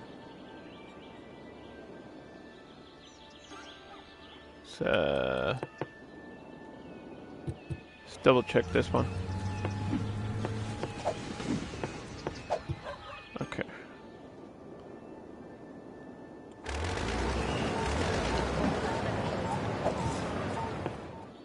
What were the numbers? I keep forgetting it's out here. 8 out of 11?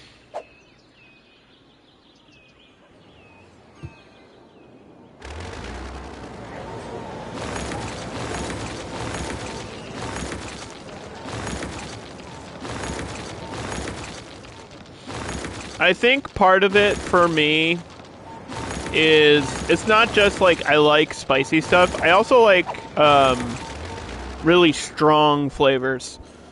I feel like I am a type of person that I need stuff to be strong. Or I'm just like instantly not interested for some reason. I don't know. Like when it comes to coffee, I need like strong coffee. Like a strong, bold flavor coffee.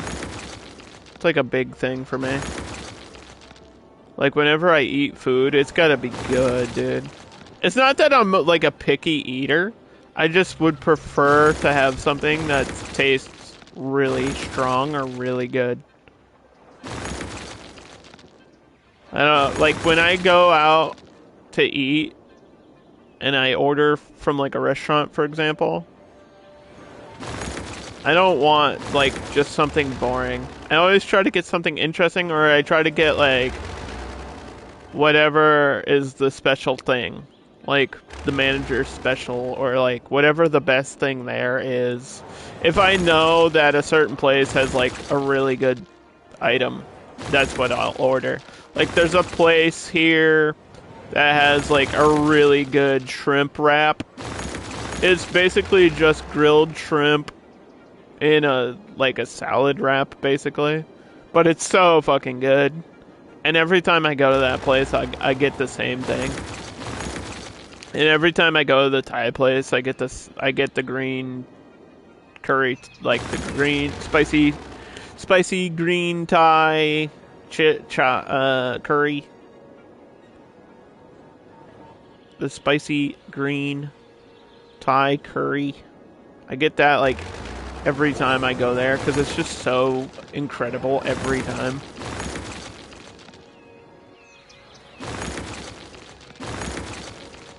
I guess some people say that's boring, but I don't think it's boring. Like you go to the restaurant, you go to the same restaurant and you order the same thing.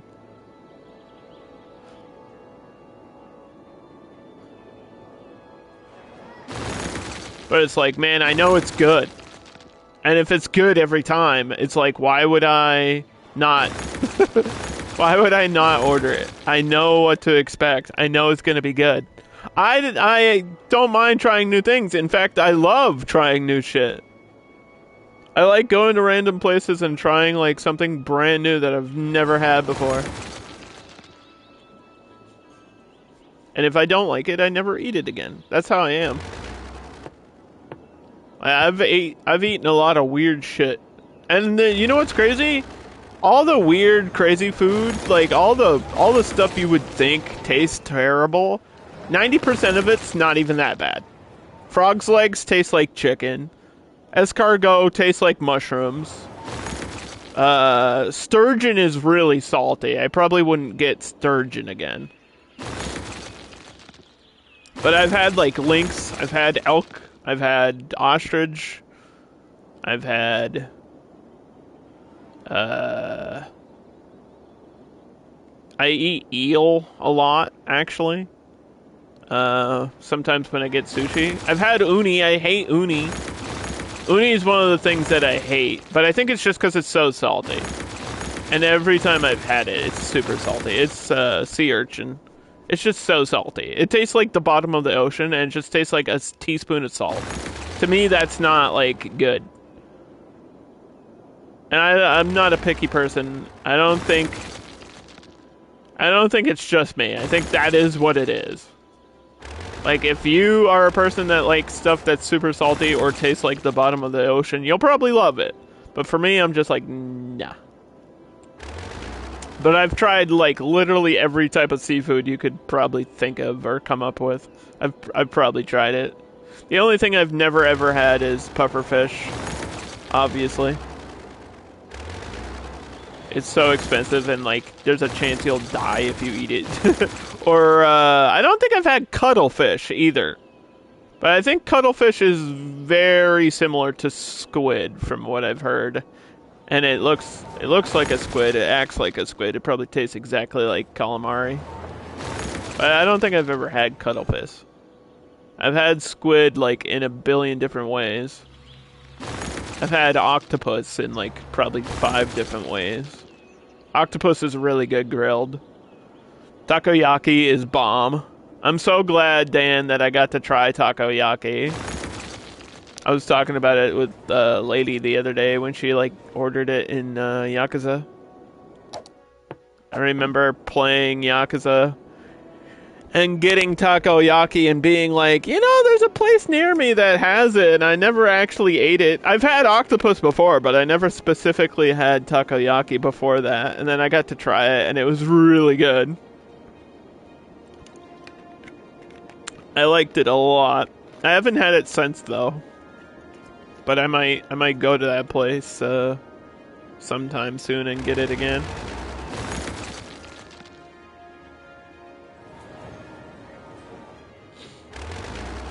I've had alligator. I don't think I've had snake, though. I would try it. I had alligator, and I don't remember really anything about it, so I don't think it made any impression on me at all. Like, I don't even remember what it tastes like. I feel like it was somewhere exactly between chicken and fish. But I gotta be honest, I was like a kid. I went to a place in Florida that had, like, gator on the menu. And I ordered it on purpose just to try it. But I don't really remember. Like, I don't remember it. I know I ordered it. I know I ate it. I just don't remember it, like, leaving an impression in my brain of, oh, this is what this is. I don't think I hated it, because I feel like if I hated it, I would remember that. And I definitely didn't love it, because I know if I absolutely love something, I remember. Because I remember the first time I tried General Tso's chicken, when I was a kid. There was, like, this Chinese place my cousins used to go to in Florida. Like, all my cousins live in Florida. And we went down there one year when I was, like, really young, like 6 or 7. And I remember they were like, you like spicy stuff. Because even when I was a kid, I liked spicy stuff. They were like, you love spicy stuff. You should have General Tso's chicken. And I remember very clearly, like, having General Tso's chicken and loving it. Like, I was like, oh my god, General Tso's is so good. And I've had General Tso's from different places, and it is a different recipe. And I found that out, like, in the worst way. I found out that General Tso's chicken is not the same at every Chinese place. It's a different recipe. There are places that literally just make sweet and sour chicken, and they call it General Tso's chicken, and it's not exactly the same thing. General Tso's is like a very specific blend of spices. I don't know what it is exactly. I just know it's basically just really spicy chicken, but it's good. I've had when I had ostrich, it was jerky. It was ostrich jerky. It just tasted like beef jerky. It didn't really taste different than anything. It didn't taste like anything other than jerky. Like, beef jerky is beef jerky. I also had lynx, like lynx jerky, and it tasted the same. Like, I think that might just be a jerky situation. Like, all beef jerky or anything that's just dried out and turned into jerky just tastes like beef jerky.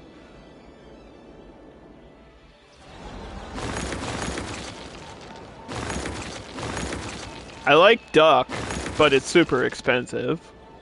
I've had duck curry.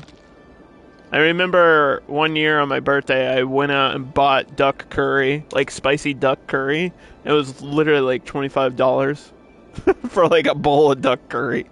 And I was like, yeah, this is a one-time in my life purchase for like just one meal for one person. At $25 is like, yeah, I gotta treat myself. It's my birthday. I wanted to try it, and it was good.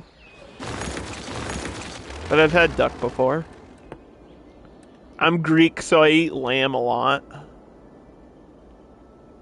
If you haven't had lamb, you gotta try it, like, literally almost raw.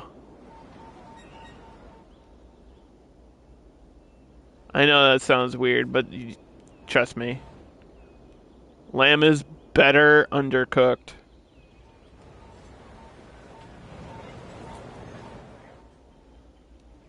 Like, way better.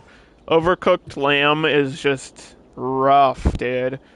It gets, like, really chewy and just loses, like, all of its flavor.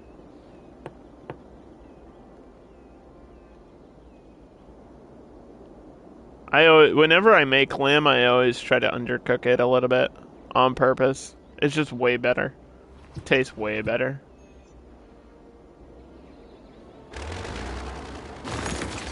Not like bloody, but definitely like pink. I'm trying to think of like crazy shit I've eaten.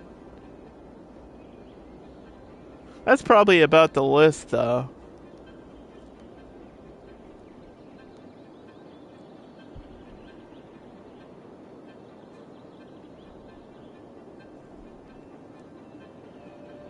I don't know if there's anything that I haven't really tried that I really, really want to try. Like, that's what I want to do. I want to find something that I've never had. But I can't, like, think of anything. Like, I've had venison. Venison's good. Like, venison stew is really good.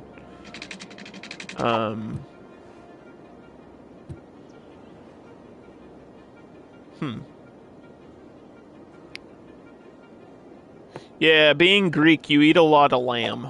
Lamb is like the Greek beef. Like, Greek people don't eat a lot of cow. They eat a lot of lamb. Like, a lot. You want to try rabbit? Yeah, I don't think I've had rabbit. But I feel bad if I eat one, because I have bunnies. I have rabbits in my yard. So I feel like I would feel bad about it. I would feel bad. I also want to try quail eggs. That's the other thing. There we go. I couldn't think of something. Now I can think of something. Quail eggs. Never had quail eggs. I've had regular egg. Never had a quail egg. It's pretty common though, right? Quail egg?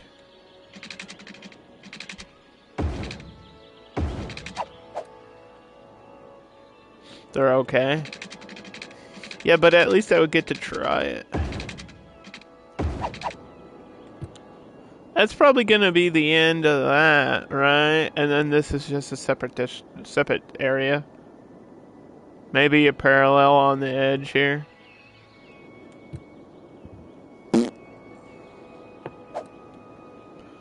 Like a parallel like this. Or have that go all the way through. And then get a parallel off of here.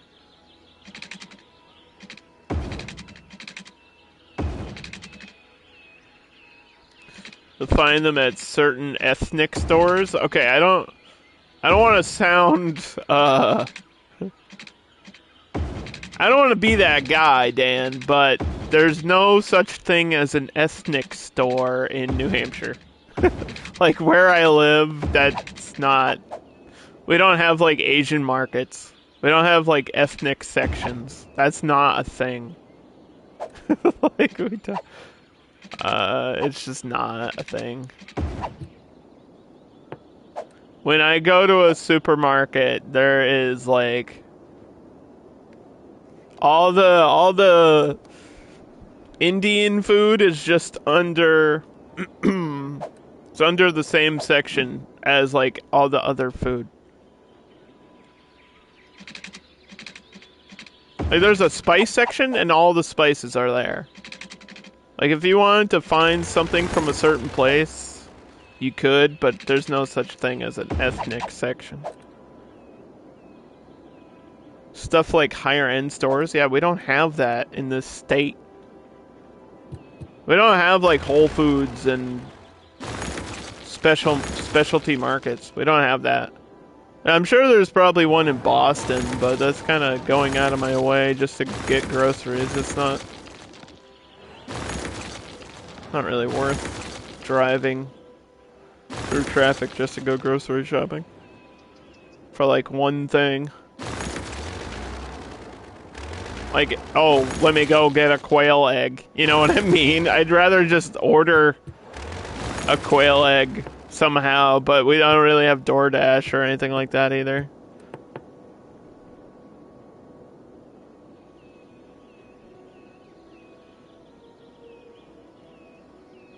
Did I set the price? I didn't set the price for this, did I? I didn't set the price for this. Let's do 15.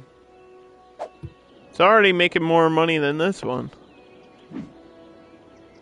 This one's made $10. I think that means this either this week or this month. That definitely doesn't mean overall.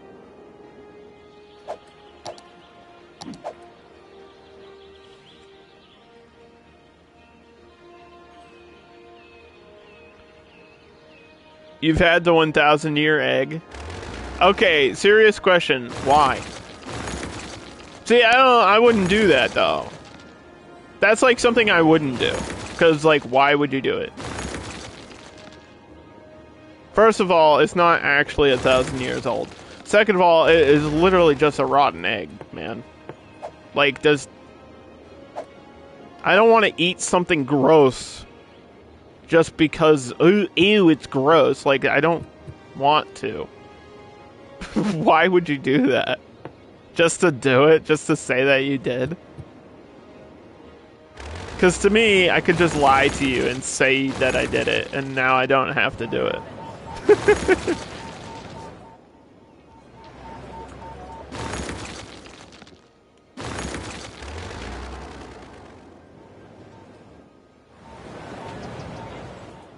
Like, yeah, me too. I did that too. It's like, you'll never know.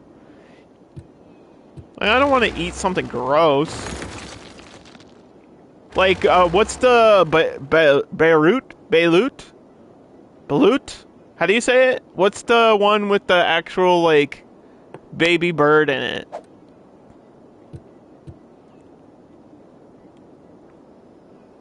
Balut? I wouldn't eat that either. Not that I think I couldn't. Not that I have, like, an issue with it. I just wouldn't do it because I think it's gross. That to me is just gross. Why? Like, I don't want to eat a crunchy egg. It's like eating a Kinder egg, and the toy is an actual bird. I don't want to do that, dude. That sounds gross. Yeah, I couldn't do it. It's not even like a mind game thing. Like, you know how people in, like people eat bugs and insects? Like, I could do it. And it's not even like a mind game thing, like, ew, I bet you can't eat this gigantic tarantula. Like, I don't want to. It's not that I couldn't. Just, I'm choosing not to do that. Like, there's no reason. Mochi likes it. Mochi likes balut. It's a big thing in like Malaysia, right? Or Indonesia?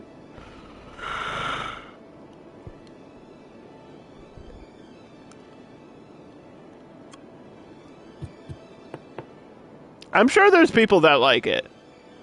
I'm just don't need, it's a Filipino thing? Oh, okay. I just don't need to be one of those people. I'm sure people like it. I'm sure there's people that love eating ants. Oh, I've eaten an ant. There we go. I've eaten an ant before. I ate an ant once. Ants don't really taste like anything. Also, they're really good protein. But to me, that's not like gross. An ant isn't exactly gross, but like a tarantula or like a scorpion. You know when you see those like travel shows and they have like the scorpions on skewers and like the cockroaches and like all that weird shit? You know what I'm talking about? Like the like the skewers of insects. Like the street food in like Cambodia or where, like one of those countries, like Vietnam street food or something. There's just like all these crazy bugs. I wouldn't eat that stuff. I could probably eat like crickets and ants, and then I'd be like, yeah, the rest of that, I'm good. Like grilled scorpion. Nah, I'm good. It just sounds like gross and crunchy, and no. I don't want to eat something that still has a stinger on it, dude. I just don't want. It's just, I don't know. Maybe it is a mental thing. I don't know. It's not like I'm afraid to do it. There's no reason for me to do it. Geek gets like, I don't eat bugs, period. Yeah, I totally get it. I totally get it. But there's people that don't eat stuff that I eat all the time. Like, I eat clams and oysters and all, like, shellfish. There's people that, are allergic to shellfish. Like, that's a super common allergy. But there's also people that think it's fucking gross that, like, I eat clams. There's people that find that fucking disgusting. And I get it. I totally get why you think a clam is gross. But I gotta tell you, you can't judge something by its looks, man. Fried clams are really good. Especially if they are fat and they got the bellies still in there. Oh my god. A little bit of tartar sauce and that's all you need. I love whenever I go to a seafood place and I'm like, can I get a basket of fried clams? And they're like, are you sure? I'm like, yes. Why would I order it if I didn't want it? Or they'll be like, do you want bellies in? And I'm like, yes. And they're like, ew. Like, that's gross. And I'm like, that's where the good stuff is, man. That's where all the flavor is. There's people that think lobster's gross. I've had lobster a billion times. Although, not recently, because it's so expensive. Lobster is insanely expensive.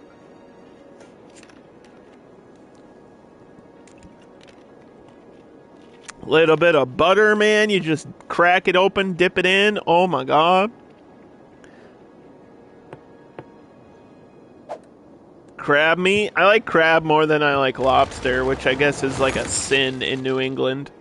Being a New Englander, saying that out loud, people like actually send me death threats over that shit. You can't say that out loud here. That I like crab more than I like lobster. But it's true. I just do. Crab is better. Like, it's just better than lobster. 100%.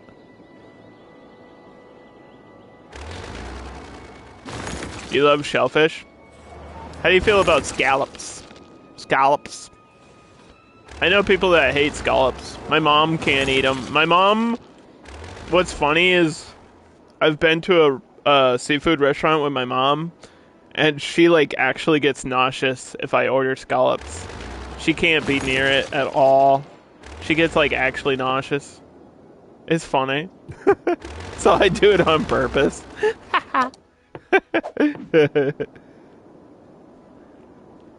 Scallops wrapped in bacon, bro. Scallops wrapped in bacon is the way to go.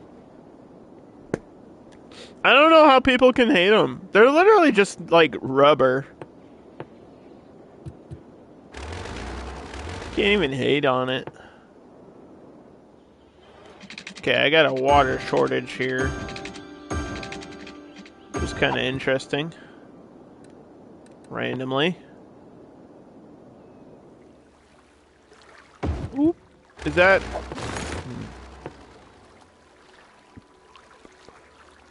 Is that actually touching the water? It says it is, but I don't know if I trust the game. I'll just push in a little bit. Huh?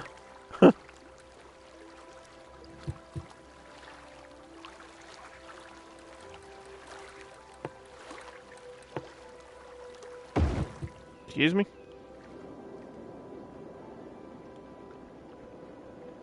That should solve that problem. What about the sewage? My sewage is still, like, pooping. My sewage is pooping.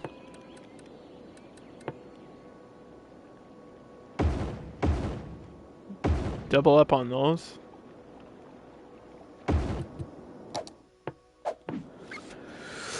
There aren't too many shellfish that you don't like. You can't think of any. Yeah, you'd probably love it here, then. There's like a seafood restaurant on every corner. There's a Dunkin' Donuts and then a seafood place. Like literally every corner in New England. Everything north of Boston is like seafood and Dunkin' Donuts. It's true. I said that like in a comedy set, but it's actually true. There was a point where I counted Dunkin' Donuts driving from Boston to my house. I counted the Dunkin' Donuts that I passed. And it was, I'm not even kidding you, 15. It was exactly 15 Dunkin' Donuts between Boston and my house, like where I live. I passed 15 different Dunkin' Donuts. Not even joking you. And you're like, oh wow, that's really high. I don't think you understand. There's like 5 in my town. And I live in a very small town in New Hampshire. There's like 5 Dunkin' Donuts here. There used to be more. I swear to God, there used to be more. I think one got replaced by something else. Like a Chipotle or something. Something else that's a drive-through. We're just getting Chipotles now. Like, we're just now getting Chipotles. That's the newest thing here. Like, we don't really have a ton of fast food. Or stuff that's, like, drive-through food. But we're just now getting, like, Chipotles. And I think recently, maybe, like, a couple months ago, we got our first, Chick-fil-A. Like, ever. Like, New Hampshire just got its first ever Chick-fil-A.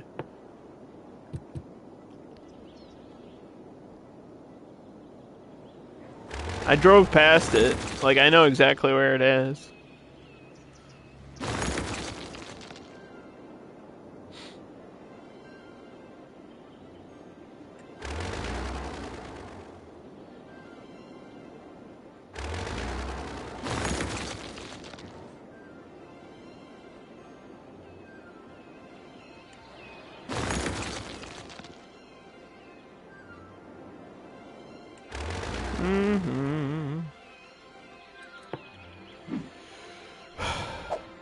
Okay. Let's check my... Enjoy it because it's pricey. I haven't gone to it. I was just saying that we got one. I could go. I don't know if I will. I don't really know their menu. I'm gonna protest against Panera Bread. Panera Bread is like the worst thing to ever happen, ever. I think Panera Bread is actually one of the worst things I've ever been to. I've been to 2 Panera Breads in my entire life. Both times, they did not understand what an egg salad fucking sandwich was. It's like the most simple thing. Egg salad sandwich. Egg salad sandwich. What is so complicated about an egg salad sandwich? Also, how did my power get cut off? What disappeared here? What the heck?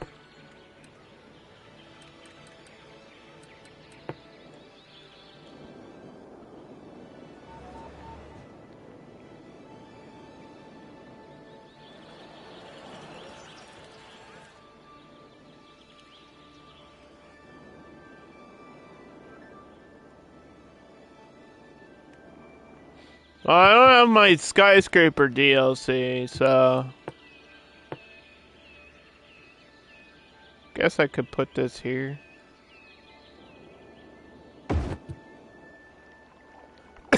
The spacing's a bit off, though. Not a fan of that spacing, but I don't know what else to do out there.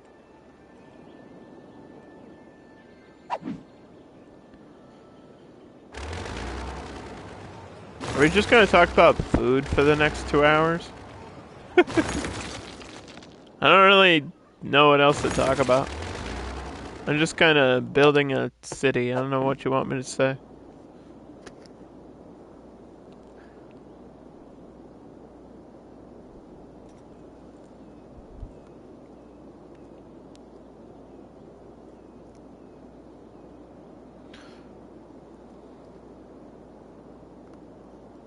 Let's get a shout out to Gogus, who is here instead of watching the Street Fighter 6 showcase for some reason. I don't know why you're here. I think it just ended. You just missed it. Did they show off anything actually new for Street Fighter 6, or are they just is it just more promotion for the game? Like, what else do they need to show that they haven't already shown?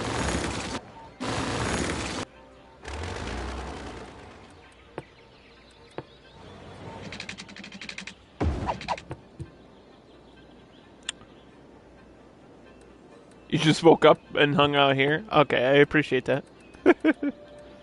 Yeah, there was a showcase with Lil Wayne. And he said, "Young Money!" And then he played Street Fighter. So, I don't know if they actually showed anything. Or if it was just more like promoting the game. I have no idea. I'm sure if they announced anything huge, I'll know about it soon, though. I feel like if I check my YouTube, they'll give me, like, there will be a trailer. Is there a trailer? Let's check YouTube. Hold on. Like, it's not like they're announcing a new character, are they?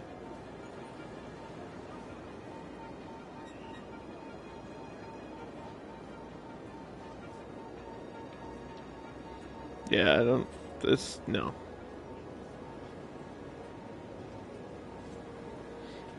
No, I think they're just showing off the game. It's almost done, man. It's almost gold. Like, it launches in, like, June. It should be gold by now. It's almost gold. They're almost done with it. A Lupe Fiasco thing. Yo, I got a crazy story about that. I don't know if you... Oh, my God. I totally blanked that out of my mind. I got the coolest story with Lupe Fiasco. He... So he did that stuff for Street Fighter V, right?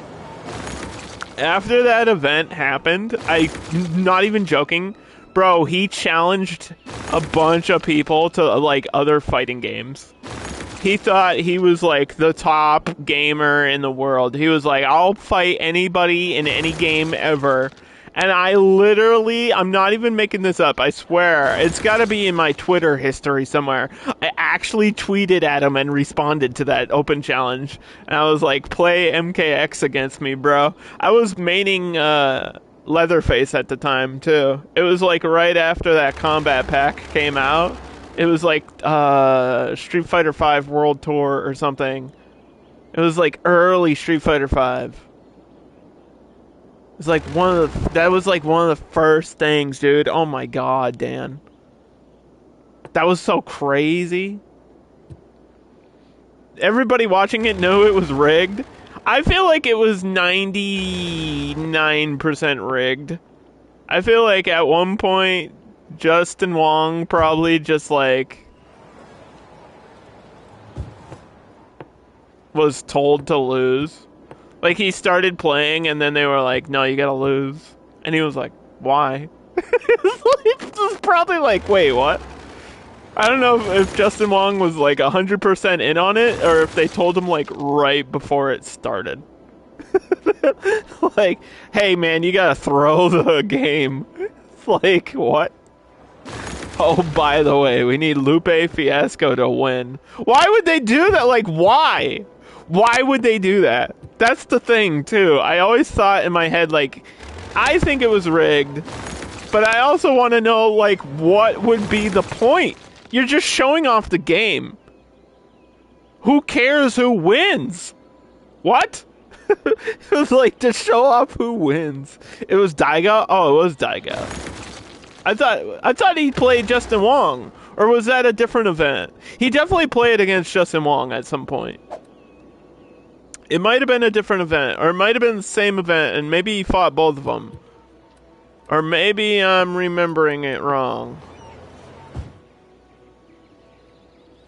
It was Daigo. Maybe I'm thinking, I don't know, maybe I'm thinking Justin Wong did something else with a different celebrity. Anyway, it was a long time ago. So that's my excuse for maybe not remembering 1,000,000% of what happened. But I remember he, like, tweeted out challenging everybody in the FGC to, like, different fighting games, and literally everyone in the Mortal Kombat, like, fan base at the time responded. Literally everybody that's anyone, like Sonic Fox, Ketchup and Mustard.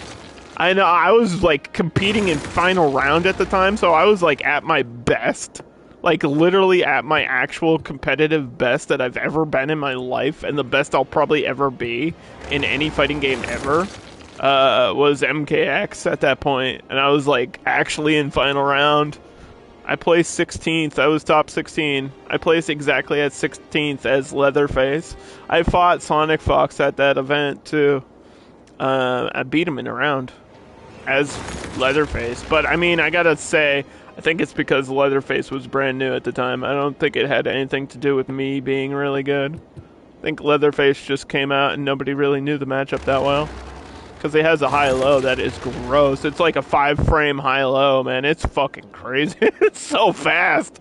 Leatherface actually has one of the best 1-2 like hits. It's a sweep. It's a high hit and then instantly a sweep after. It's like it's literally like his forward 1-3 or something. It's like an actual sweep, dude, and it hits everybody. Nobody blocks it because it's 5 frames. It comes out like a fatal blow, and it's like even if you block it, I think it was safe on block if I remember correctly. You and your friends were watching that and saying it's a joke. I'm so glad you reminded me of that Lupe Fiasco thing. I'm so glad you know exactly what that was. I remember that. I just remember thinking, like, why? I was like, well, who cares? Like, why would they do this? And also, who fucking cares? Because the point, when you bring in a celebrity like a Lupe Fiasco or a Lil Wayne or a Zelina Vega or like whoever the fuck it is, right? The whole point is to put promotion behind the game. You're just selling copies of the game to people who are not like in the fighting game community, which is fine. And it makes a ton of sense with Street Fighter 6 being like more hip hop and 90s influenced. Like, yeah, you should have a rapper promoting the game. It makes sense. But for anyone to like watch them play and take that seriously that's something different. That's stupid. Nobody wants to watch competitive play of Street Fighter 6. Not right at the start. Eventually, yeah. At the start of the game? No, I want to watch people learn how to play. It's way more exciting. It's way more exciting watching players discover things and learn how to play than like pro players already know everything and be like instantly good. That's just not fun. I'll be into tournament play later in the game's life.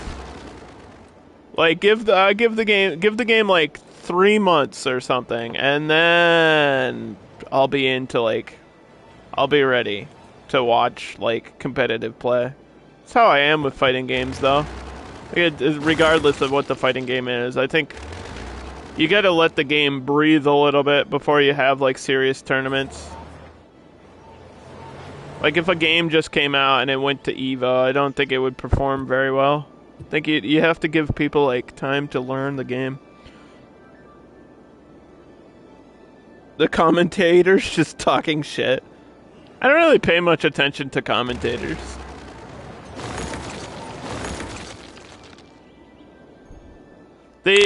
I feel like the only commentators that really stand out are like Eris, for Tekken, just because of his style and his like entertainment. Or I give a lot of credit to Tasty Steve. I don't know if you saw that thing, Dan, with Tasty Steve, like at the end of the top 5 or the top 8, whatever, top 4. At the end of the top 8, Tasty Steve was alone. It was him running the whole show. He wasn't just doing commentary for Street Fighter V. He was the only person there. He was doing backup for like Tekken 7, dude. He was the only person there at the show. He was running the show. He had to hand out the medals. He had to like remember where everybody was from and their names and their nicknames and their stats and like who they mained and like all the shit that he shouldn't have had to do. That's not a commentator's job. I mean, they should know the game. They should know the info of the players. But he didn't have to do all that extra shit. It was stupid. I felt bad for him at that event. I know I tweeted about that when it happened. That wasn't too long ago either. It was like it wasn't EVO, it was a different event.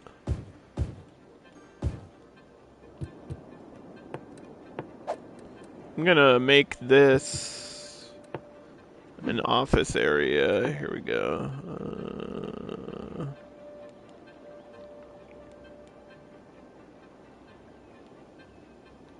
The Diamond Docks. Hold on, let me just do this. Power, water, smoke.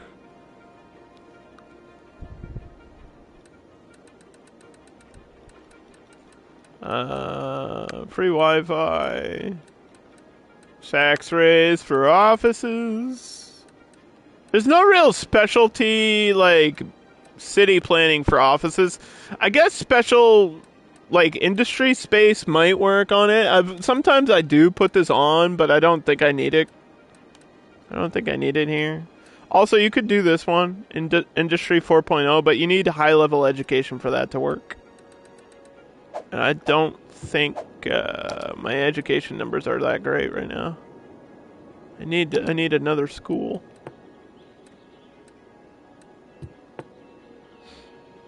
It was not EVO. No, it was whatever event was after EVO. It was like the Capcom World Tour thing.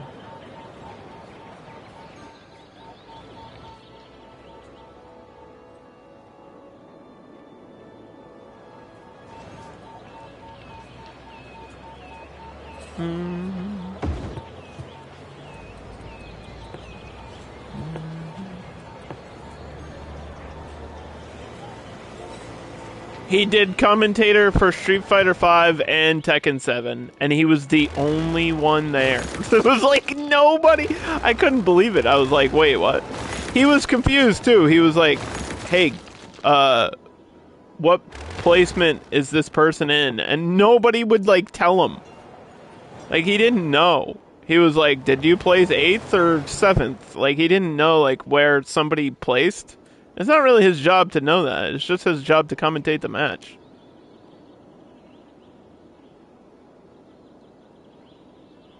Like, that was, it was very awkward to watch it live. It's like, huh. What was I talking about? The commentators? The only ones in MK that really stand out, too, are Ketchup and Mustard. Because they're so unique, and they have that dynamic. Like, the twin dynamic where sometimes they say the same thing like perfectly in sync, which is really cool.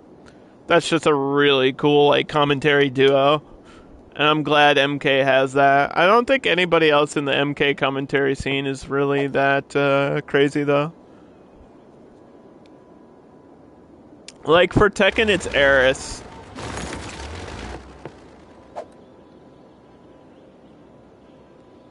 And then for MK, it's Ketchup and Mustard.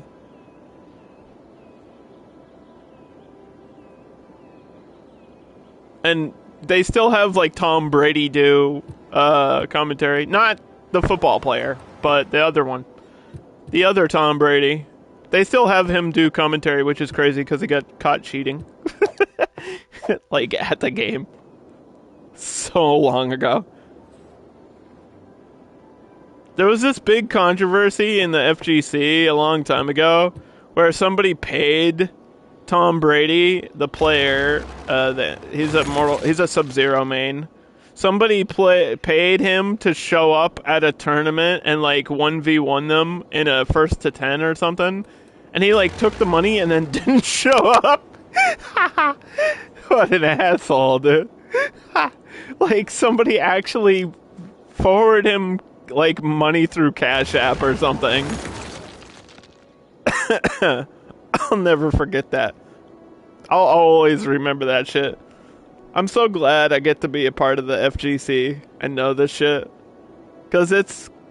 when you get, like, into that side of things, it's so funny. Yeah, it's fucked up, but it's also like, man, what a dick. What an ass.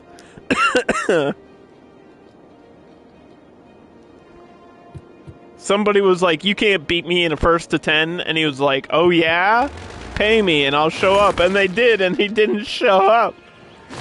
Everyone gave him shit for it forever. I think he still gets trolled about it. That was like a decade ago. He still gets trolled about it, bro.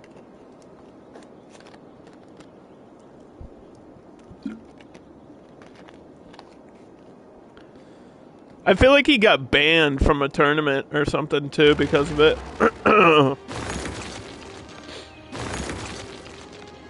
Like he got banned from the lottery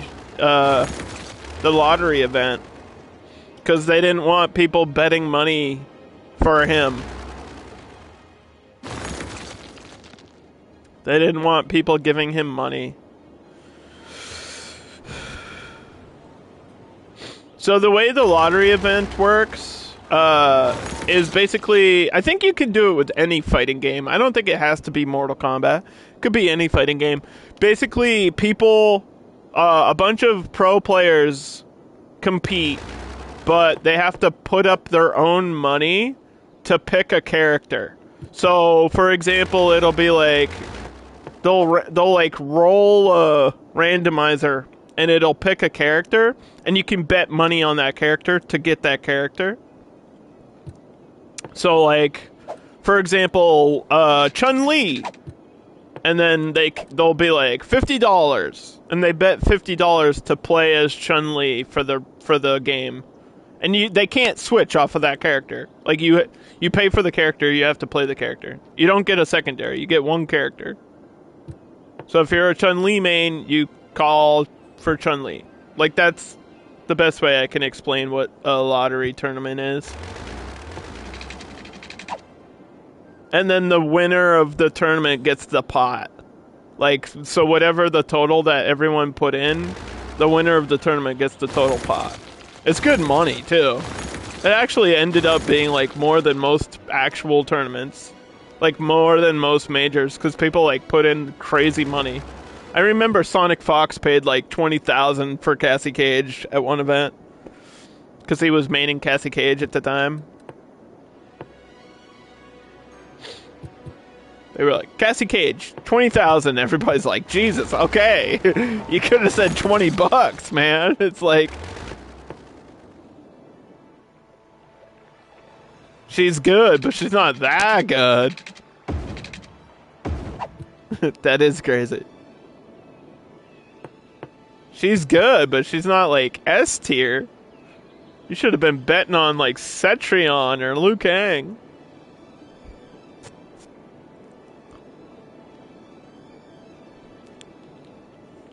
I guess you could play mind games with that strategy too. Like if you know somebody else mains a character, you could buy their character. That would be smart. I'm gonna delete this and rebuild it.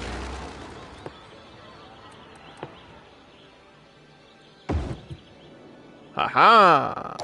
The old delete and rebuild strategy, and it'll work. It just is gonna take people time to get back in there. High school is barely in the orange, or I mean barely in the green. I need another high school over here. One more high school.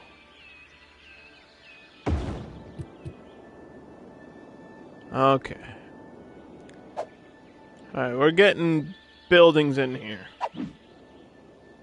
We're getting buildings in here. Yeah, I gotta get the high-rise ban here, too. I forgot. Because I want offices, but I don't want, like, crazy skyscrapers. So the tallest building will be this thing. Which is technically a park. If anybody's unfamiliar with City Skylines, there's a vertical farm. And this acts like a park. You could literally place, like, as many of these as you want. You could place, like, 1 billion of these. It's like a skyscraper height. It gives you a big boost of, big boost of entertainment. This is like 100 each. Look at the area of effect on it, too. It's like a really good, cheap thing to place everywhere. If you wanted to. Another really good park in this game. Where is it? Is it this one? Yeah, the Japanese garden. Because it's really small. It's smaller than most of the parks. Like, this is the size of the playground. See, it's even smaller than that.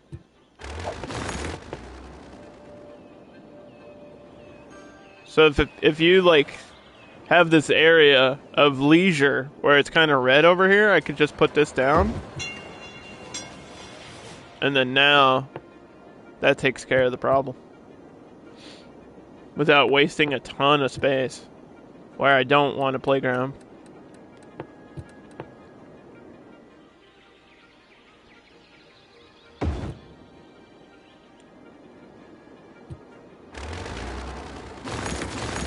Alright, so let's save and then I'll go through utilities, but I think we're fine. Mail's a little bit of an issue, but I don't want to focus on it. Healthcare, we're good. Education, we're just barely hanging on there. Universities are good. Okay. Fire. How is it so bad? Fire's been an issue on this map for some reason.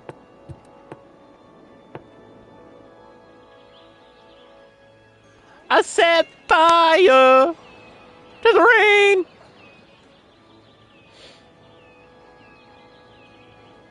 You still remember the clip of Justin Wong spamming projectiles at the kid? Yeah, I gotta send you the Foxy clips. If you like stuff like that, I'll send you Foxy Grandpa clips. Just literally Google Foxy Grandpa. If you like stuff like that, you'll probably love Only Grabs.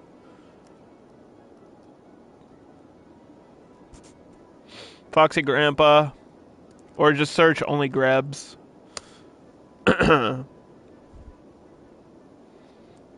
He plays Shiva in MK, and he'll literally just stomp. He'll do the ground stomp, or he'll just grab people. He doesn't do anything else. He'll just walk up to somebody and grab spam. And that's it. Like new people. It's so funny, man. So funny.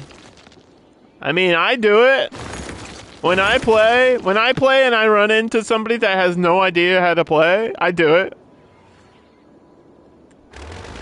Some people think it's cheap. I don't think it's cheap. I think if it's in the game and there's easy ways to avoid it, it's your own fault for running into it.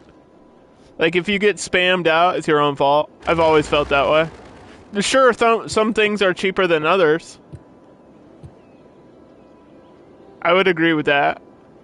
I think the Shiva Stomp is probably one of the most unfair spam moves in video game history. But there is a way to avoid it, so you should probably learn how to avoid it. It depends on what the projectile is. Some fighting games have projectiles that are faster. Or there's certain characters that have ways to make their projectiles actually go faster. I don't really know about Street Fighter projectiles. I always thought Street Fighter projectiles weren't that big of a deal. Like Guile's Sonic Boom? Is it that good?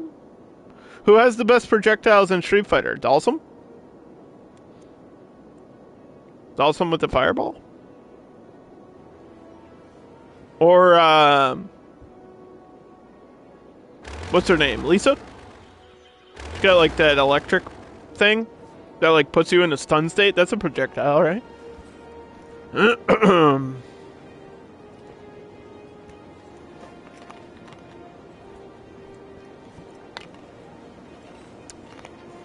Like, the Hadoukens are that's just a fireball, man. It's not like a good projectile. It's like a base projectile. I play Injustice, bro. Don't talk to me about projectiles. I'm a zoner. I main Shang Tsung and, like, Darkseid. Don't talk to me about zoners. I know about zoners. I am a zoner. That's what I do. That's how I play. You can ask Taylor. That's how I play. I'm like a 99% defensive player. I zone people out until I can't anymore. And then I literally have to adjust. That's always how I play. You ran into somebody doing troll stuff on Tekken 7?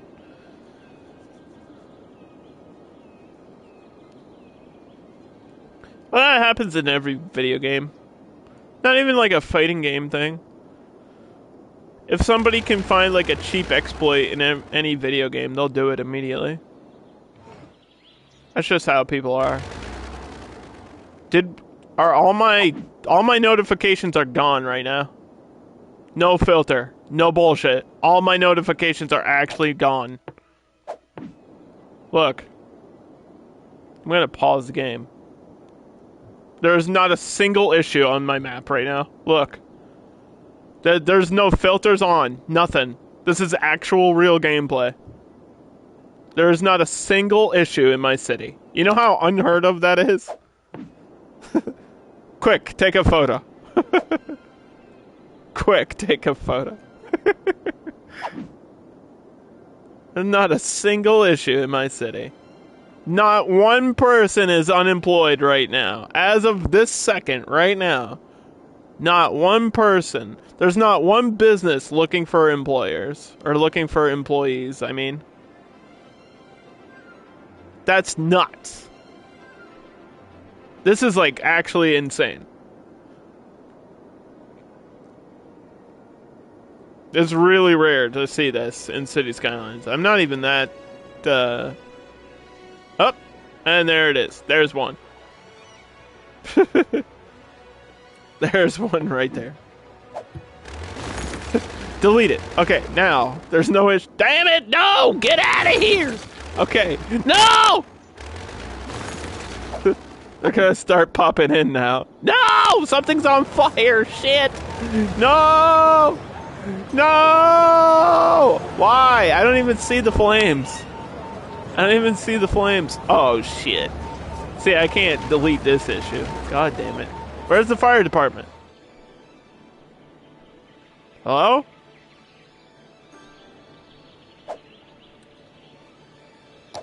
It was good for 30 seconds. Where's the fire department? Oh, god dang it.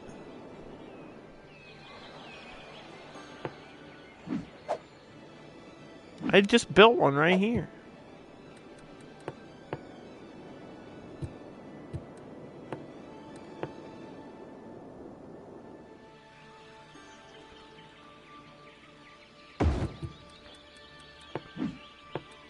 We got another police station out here too, because it's going to be pretty beefy.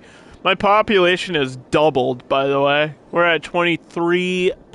I think last time we ended at 13.6. 13,600 something. It's not going to be too much higher than it is now, though. Like, I'm not going to get a ton, or I might have some out here. But I don't see myself building a ton more residential on this map, realistically. I don't need it. That's not supposed to be the focus. The focus is supposed to be the tourism. This is a place you go to vacation, not a place you stay to live. And then all we have to do is the mountain. Well, we can do the mountain today. And we could do over here, and then that should be the end of Diamond Coast, actually. So we can finish this today. I'm looking at the time, thinking about what I have to do left. Yeah, I could totally finish this build today. Just have to let it run a bit. Check my numbers on my thing here. 2150? Oh, we just need more people on the trams, dude. How do I force people to use the trams? What if I give them free public transport? You think that would boost the numbers? If it's free, more people will use it, right?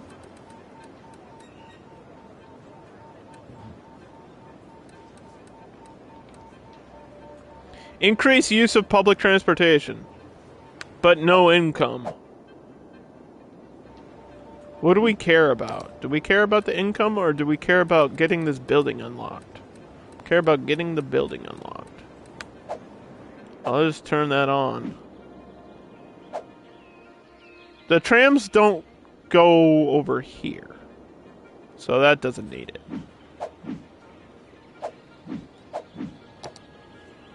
Power, water, smoke. Wait, I didn't do these? Parks, education. Maybe that was part of the problem, is I didn't have these on. Oops.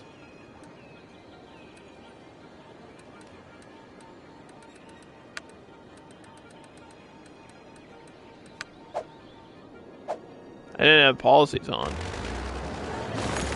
My bad. I thought I did. I don't know how I missed that. Where is this one? It's under services?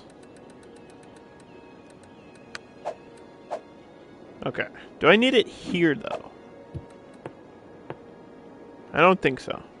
No, I don't. Okay.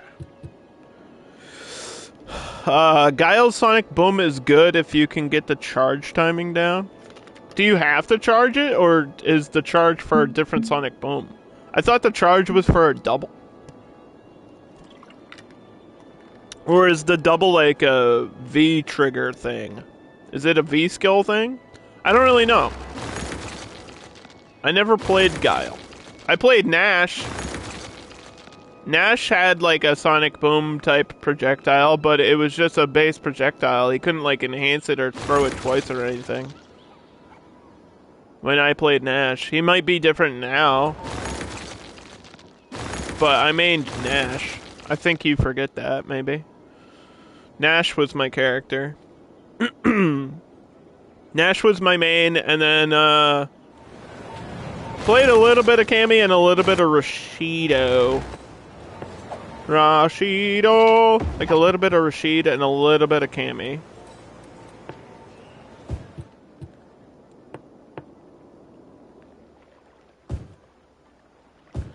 And when I played Street Fighter 2, I guess technically, Dalsum would be my pick. Because I thought he was cool. But I don't know if I would play Dalsum nowadays. Maybe.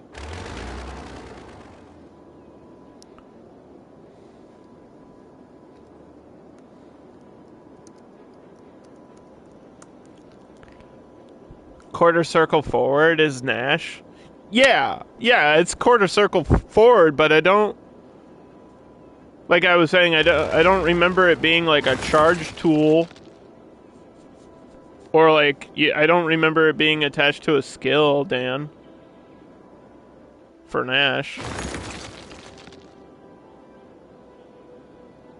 Nash has a lot of moves that, like, his whole character he's not Guile, but he has a lot of Guile moves. Like, he has the forward flash kick. He has the overhead flash kick. That was, like, a thing that's, like, literally the opposite of Guile.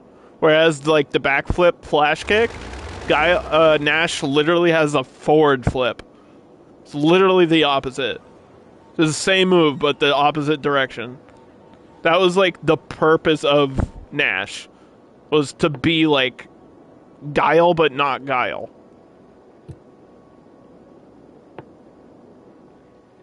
And then they made him Frankenstein. It was fucking awesome. It was so cool, dude. I made a whole video about that. I got a whole video. I'll find that video for you. I got a whole video about Franken Nash. I literally do, man. I was so amped when they did that shit. I know nobody knows what I'm talking about. Nash from Street Fighter V had a Frankenstein skin, and it's the coolest shit. It made so much sense. Because he was literally dead, and they brought him back to life. And it was like, they were like, fuck it, give him a Frankenstein skin. Dude, it's so sick. He got like a buff with it, too. I remember that. Like, they dropped that skin and they buffed him, and it was, like, good. He had, like, the grab, like, the command grab, where he could, like, shock you and pop you up for, like, a juggle state. Oh, my God, it was so good. It's command grab into a juggle. It was so good. I think he still has it, too. It's so good. It's, like, actually one of the best moves in the game. I think it's just back forward one or something, too. It's, like, really easy to do. He could grab projectiles out of it and absorb them? Yeah. Yeah, that's, this is, like, down back special, I think. I don't remember it giving him anything, though. I think it's just a defensive, like, absorb. He's not the only fighting game character that has that. I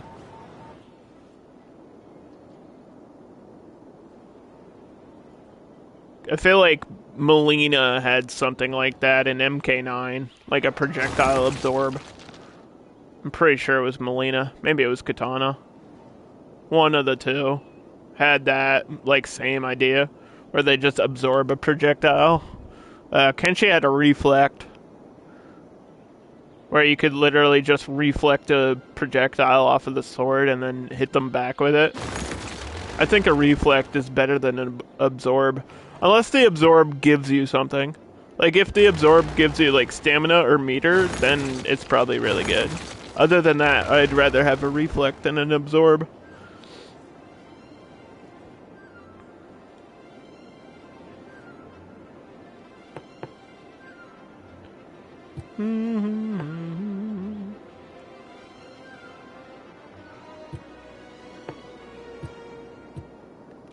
This is making me want to play a fighting game now. Curse you, Dan. Curse you, Daniel! I don't have any demand to build here. Curse you, Daniel! For making me want to play a fighting game right now. I don't think I have a single one installed.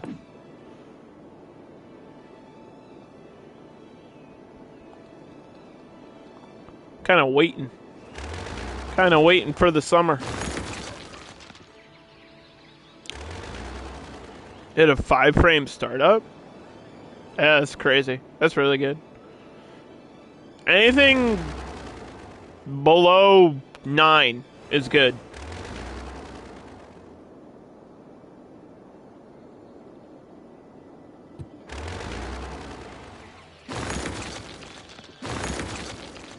For if it's like a special startup if it's a parry, it should be fast.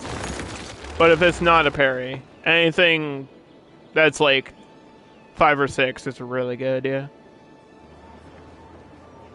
Like there's parries. Aren't there universal parries in Street Fighter 6? Isn't that like one of the big things? It's like a universal parry. That has to be 5 frames. If it's anything more than that, there's no point. It has to, that universal parry, it has to be 5 frames. It has to be. If it's not, then there's no point in doing it.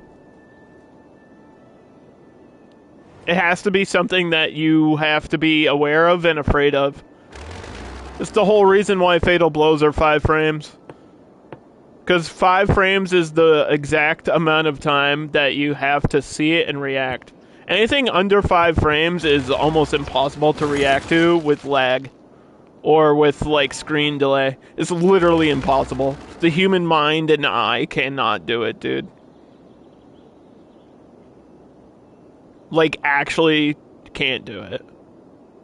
Like, if you have any sort of monitor delay or, like, input delay or lag, and something is less than 5 frames, you won't see it and it'll hit you. And it happens all the time in fighting games to me. Like, even stuff at 5 frames hits me in lag all the time.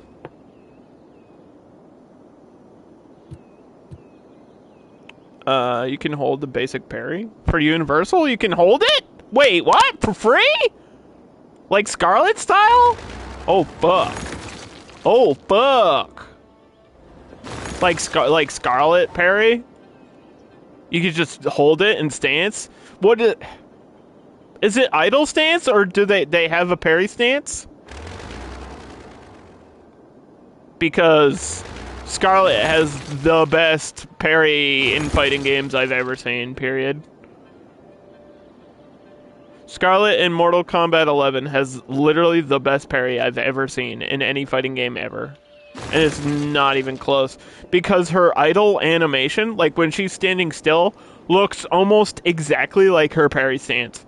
There's a very minute difference between her idle and her parry. And it catches people, like, that's why I played so much Scarlet. Because that shit caught people all the time. It only parries mids and overheads, though. Doesn't parry lows or specials. But I think in Street Fighter 6 it has to be mid, right? Does it parry highs too?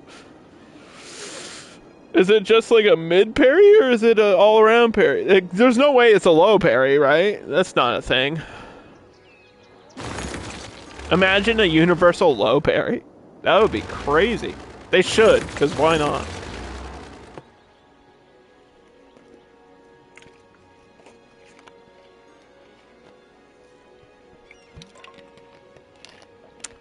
You can hold the basic parry. The parry is only the one. The just parry gives you plus frames. Okay.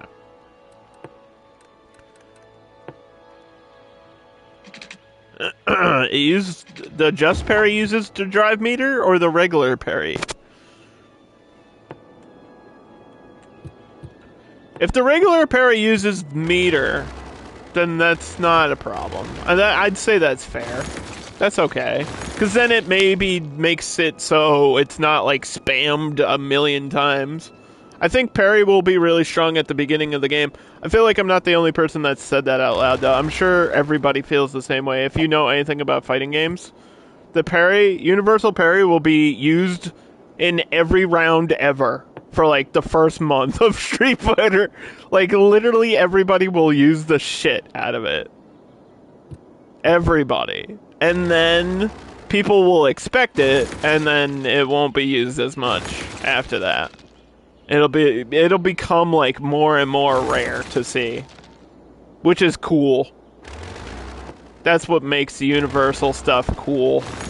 That's why I think all fatal blows should have been universal. Because it's like, man, the more you see it, the more you expect it. And that's why, like, uppercut fatal blow made so much sense being universal.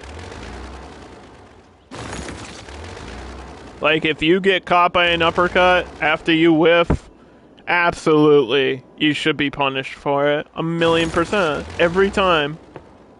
But you only get one fatal blow off of it. It made sense. It was like, yeah. But then they had, like, every other character had, like, a different thing after that. So it made no sense. But, like, universal tools are fantastic.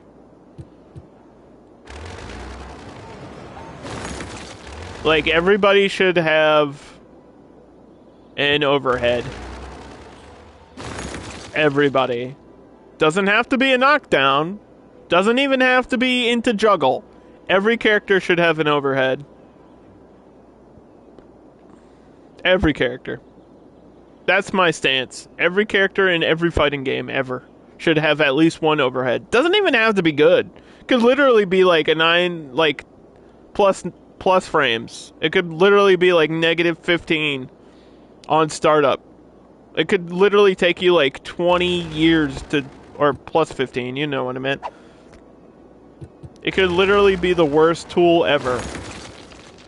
Just have that available for people to do. That's how I feel about games. Third Strike did that. Yeah, universal overhead. It was not a thing in any Mortal Kombat game. And it's so frustrating, man. I played a character with one overhead. And it wasn't good. So I know what it's like. Not to have one. Or to have one that sucks. Like, it's not fun.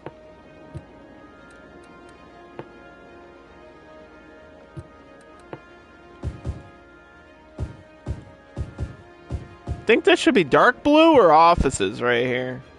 It's connected to the dock, so maybe it should be offices. I don't know, let's see. If I'm gonna have dark blue, it can't be in here though. Maybe at the end? Like right there?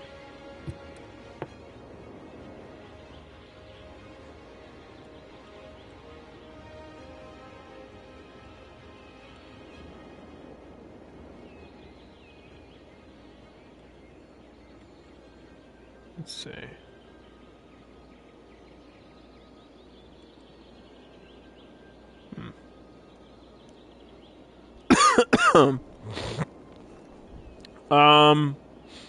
You fully hold parry on supers? Wait, the What?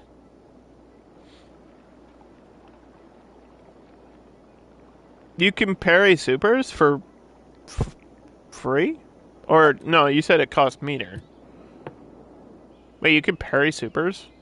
Like, universally? I thought it was just, like, mids. Is it all mids including supers? Or is it all supers? Are all the supers mid? There's no way all the supers are mid. That shouldn't be a thing. That's one of the things I don't think should be universal. Supers or fatal blows or finishers or rage art, none of that should universally be mid.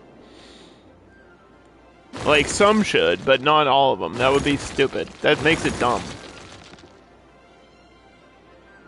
You have no clue on any low supers. Well, in Street Fighter, that's not surprising. They're just all mid. That's weird. Mortal Kombat, I think there's only like 2 or 3 low, like, supers. Or low, fatal blows that I can remember. Noob has one. I'm sure somebody else has one that's a low. Aaron Black has a mid. I'm trying to think of like who has a low besides Noob Saibot. Bo Rai Cho had a unblockable X-ray, which is basically a super in MKX. It was called an X-ray move. Cost you 3 bars for your X-ray. Bo Rai Cho's was unblockable. You could jump over it though. So technically it was an unblockable low. But you could jump over it. If you saw it coming. I think he was the only one with an unblockable too.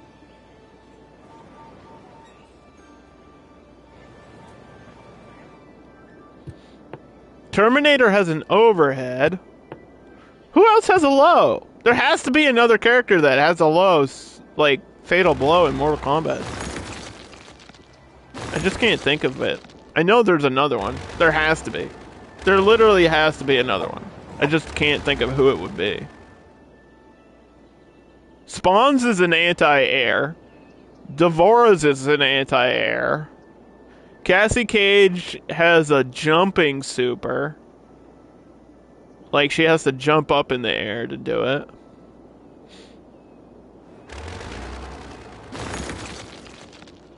Garrus is full screen mid. Jax is like full screen mid. Cetrion is full screen overhead. Aaron Black is full screen mid. Shao Kahn is a mid and it's the slowest one in the game. Every fatal blow in Mortal Kombat 11 is 5 frames except for Shao Kahn. Shao Kahn has like an 8 frame mid super. And he like swings really slow. But I think it's because of his character. His character is just built slower than every other character.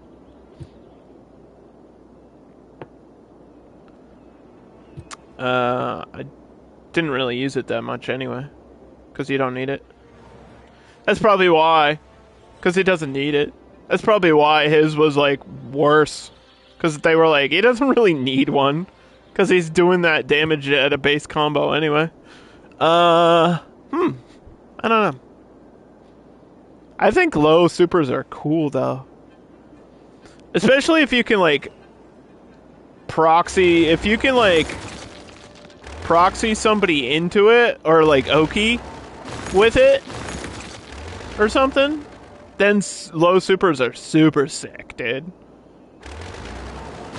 Like, if you can hard knock down somebody and then hit it, and the frame that they recover, or the frame they get up, and they get hit by it, oh my god. The only one you've seen a low in is Tekken? Who has the low in Tekken? Because I have no idea. I have no clue about Tekken supers, man. No clue. Lucky Chloe? It would be. That's funny, because it would be her. I should have guessed that. I should have thought about it and then guessed it. If I thought about it, I probably would have guessed it. Is Lucky Chloe the most hated character in Tekken? She has to be, right? Who's the most hated character? But it's, well, not like Akuma because he's broken. Like, actually, like, who do people hate? Is it Lucky Chloe? It has to be. Not quite, but kinda. She has to. No, there's no way, dude. She has to be. It literally has to be everybody hates her because of what she did to Eddie Gordo. It's not like she's broken. No, she ruined Eddie Gordo! What do you mean? Hello? Did you not watch the ending? Fucking Eddie Gordo's whole life is ruined because Lucky Chloe. Dude, that's so crazy. I feel like I need to watch that again. It's so outlandish, like, what the fuck? That ending's so hilarious. Why did they do it? Why Eddie Gordo, man? What the heck? See, this is the type of stuff I like talking about during cities, because I can talk about it for actually hours. I can actually talk about fighting game bullshit for hours. Like, actual hours. And I don't really have to focus on what I'm doing, because I'm just waiting for the game to catch up with me right now. I don't know what we're gonna do in here. I guess light green inside, and then tourism around the edge? Probably.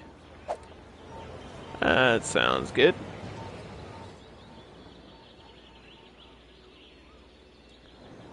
Sounds good to me.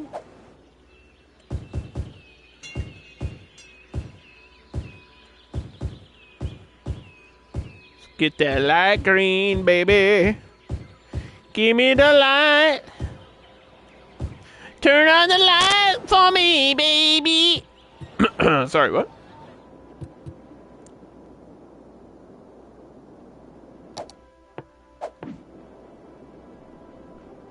Who has the best character ending in fighting game history?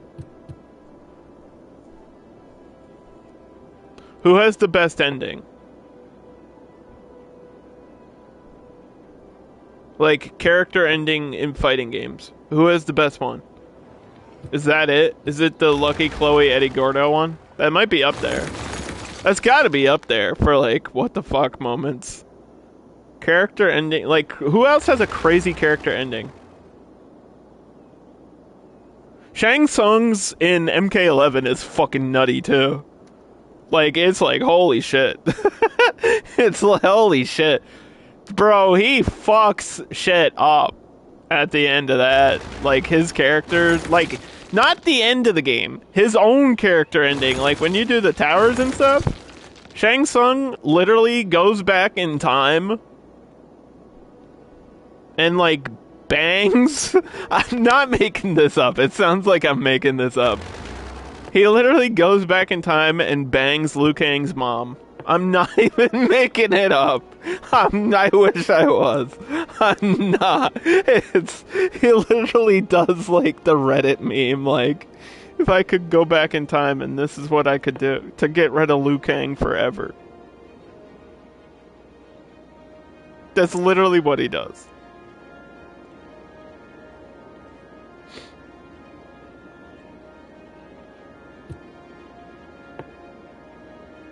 Well, that's okay.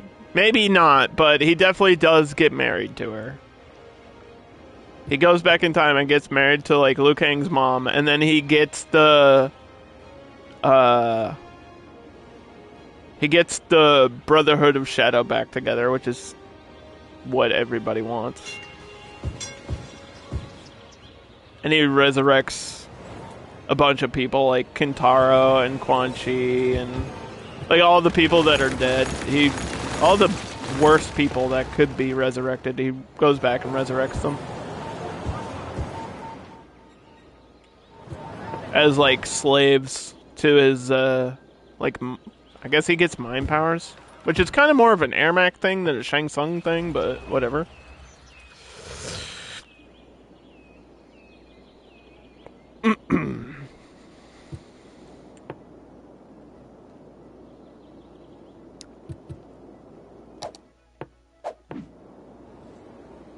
Because MK11's all about, like, what would people do if they could control time.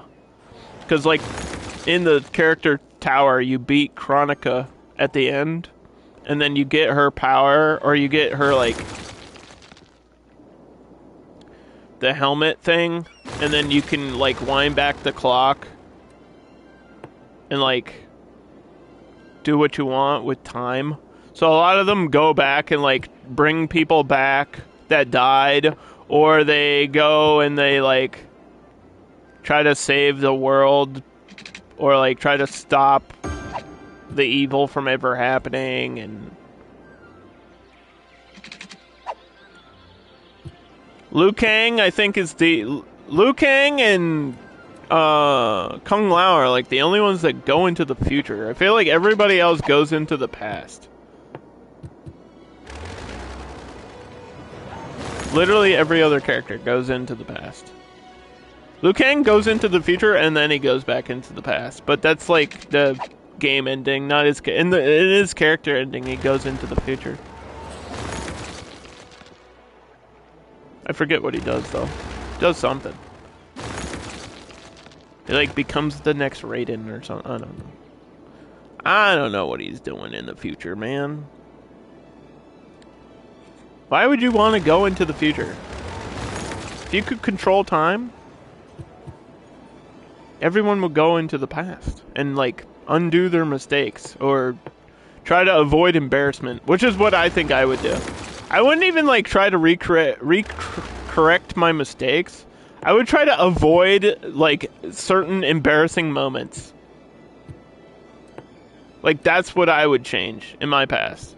Like, I know that I've fucked up, but I feel like I've learned from those mistakes. And obviously there's things, I think everybody has those things they wish they could change, but I believe in, like, the paradox effect, so I'm not messing with that. Going back with knowledge, there's so much you can do. Yeah, but I believe there's, like, a paradox thing, though. It's like if you step on a butterfly, you create an earthquake in Taiwan or something. You know what I mean? Like, it's... Like, if you change one thing, it's gonna change everything. It's always been, like, this big, like, time paradox situation. Like, the timeline will just wrap around and recorrect itself. So I wouldn't actually do it. Like, even if I had the ability to do it, I'd be scared. I'd be like, no. I'd be scared to, like, end up making things worse somehow. Like, you go back in time to save somebody, but then somebody else dies. You know what I mean? It's like, no, you didn't really change much. You just changed one thing and then created another thing to happen. Star Trek does that a lot. Star Trek does that a lot. Like, in the show, in the movies, they do that shit a lot. They go back in time and try to change something, and then it fucks something else up. That's literally, like, half the episodes of Star Trek. It happens all the time in that show.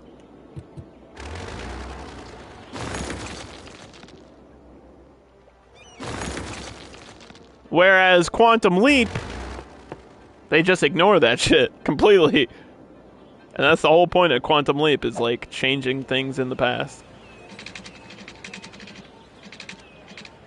And it's not even, like, small stuff at the end either. He's like, I'm gonna go save JFK, and we're like, what? I mean, yeah, but I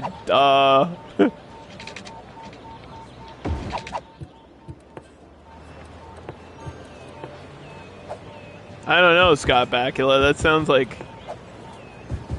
could lead to some sort of consequence somewhere. That's like a huge cultural change. That like would literally change a entire generation.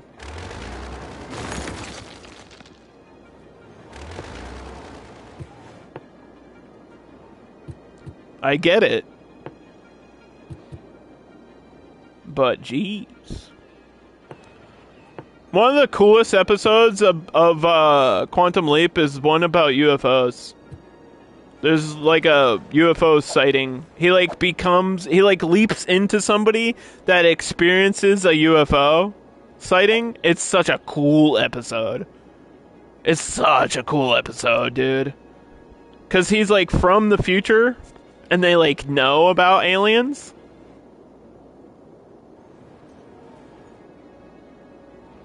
So he's just like waving to them. It's so cool. And he's like, yeah, I still don't really believe in that. And then you're like, what? Bro, you've been time traveling for like 8 seasons and you're telling me aliens are crazy? Huh?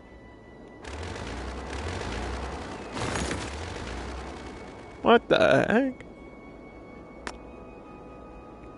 I think Geekette was lurking earlier. But we'll give a shout out to Geekette because she hates it when you give her shout outs. It's always funny to randomly do that.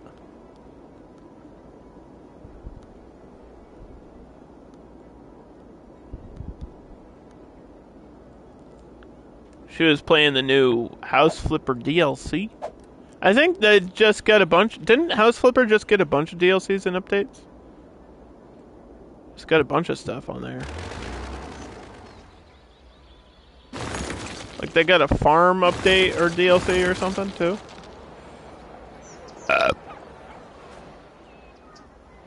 That's cool. It's always cool when games like keep getting updated. What's crazy is the Meet Your Maker stuff we've been playing. We've been playing a little bit of Meet Your Maker, which is free on PlayStation this month. And man, they keep like updating it. They're gonna have like a big update coming up too. They keep updating it like for free. Like the game's free, the updates are free. It's good.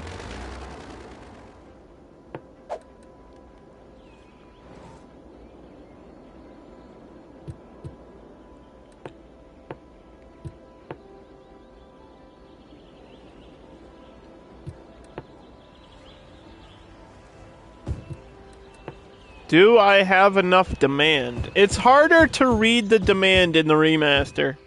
Like, that looks like less than a quarter of the bar down there on the right for the light blue. That is like less, it's like 15, not even 10% maybe of the bar. And to me, I'm like, is that enough to really get this going? It might be, but I'm not sure. You don't want to just paint randomly in this game. It will not like you if you do that. You kind of have to wait. Although I build faster than... I actually build faster than the game. Like, can handle. I build faster than like 90% of players.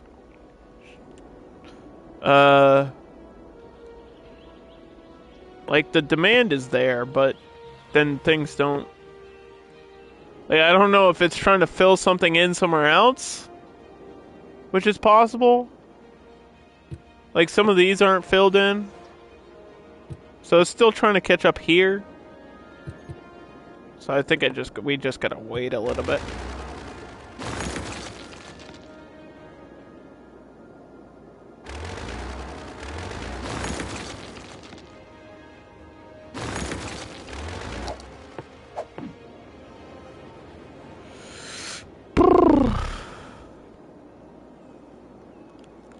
I like it when old games get updated.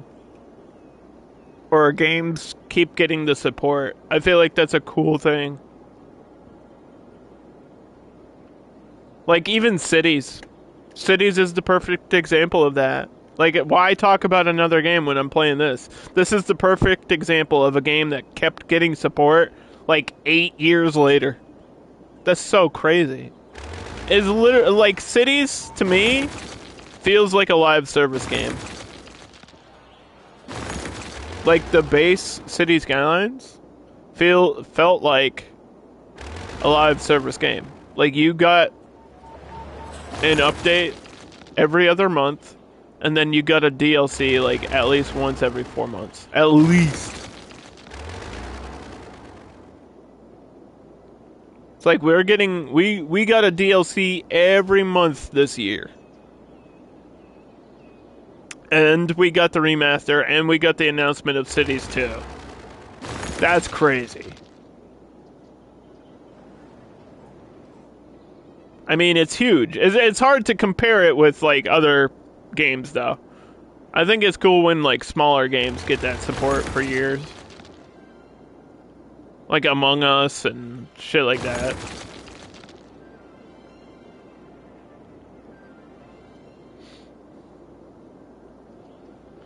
Which isn't even really a smaller game anymore because it got so popular. It became like a major hit. But it was pretty small for a long time. Like what's cool about Among Us to me is that it wasn't even like the peak of its popularity happened way after release, which is really, it's just such a cool phenomenon. I think that's really cool. I don't really care about Among Us or the game at all. I just think it's cool that games can do that. It's like if the same thing happened to a movie, that would be weird. Like all of a sudden, this movie just becomes a cult hit because somebody discovered some funny scene in it or something. Like, I don't know if that really has ever happened. There's definitely movies that became more popular after they released, though. But not like years later. It would be like a month or two later.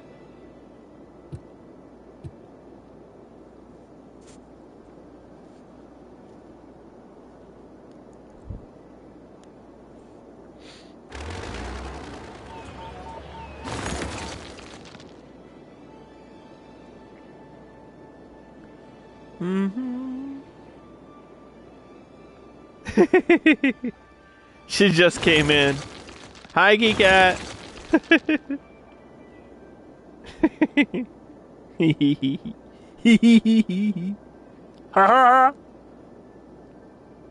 I was talking about you.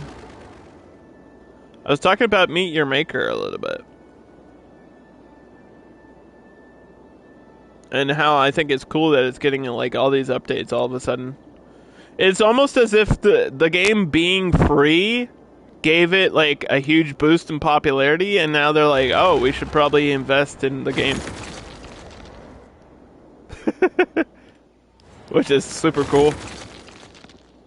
Like, good for them, man. They deserve it.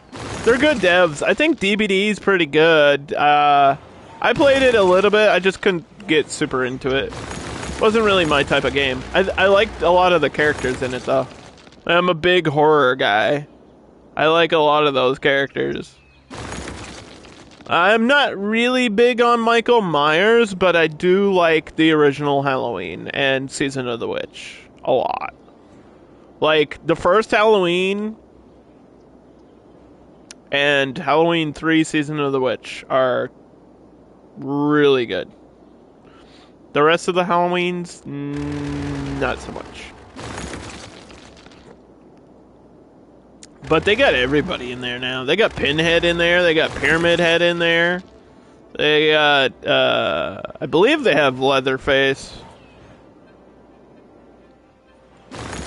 Or they had a guy that was they had a cannibal guy that was supposed to be Leatherface.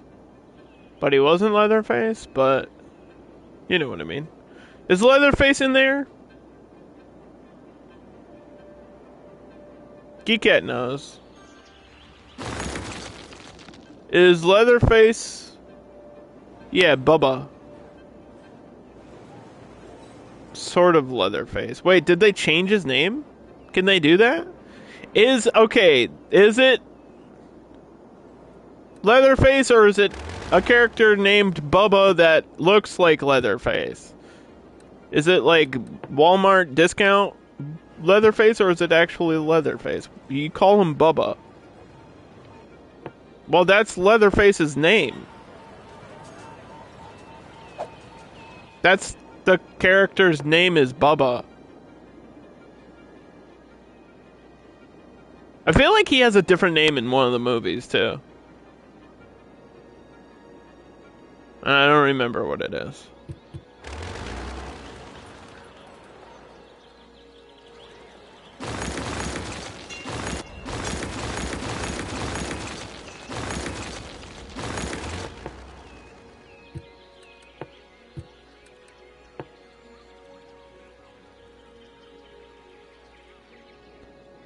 I thought it was just the cannibal. Like in DBD, they just called him the cannibal, but... She just loaded up the game to look. Yeah, that's fine. I'm asking the question, I want to know the answer.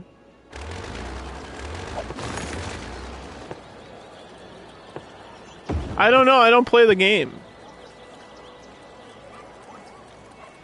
Or I haven't played the game in forever, at least. I didn't play the game, I was just mentioning the game. Because it's by the same developers, that's why I was mentioning it. Meet Your Maker is made by the same people that made Dead by Daylight. I've played a little bit of Dead by Daylight, but probably not a lot. And a long time ago. Like when it first came out. And probably never since then. Just wasn't for me.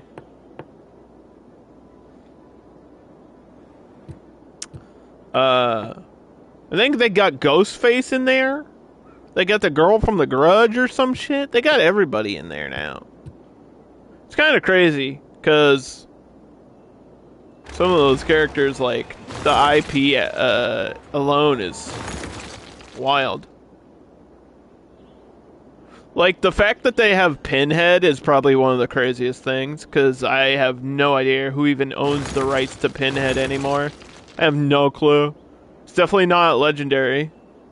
I think Legendary owned him at one point, but they definitely don't anymore. But then Hulu made that Hellraiser movie, and it was pretty good. Actually, the ending is really good.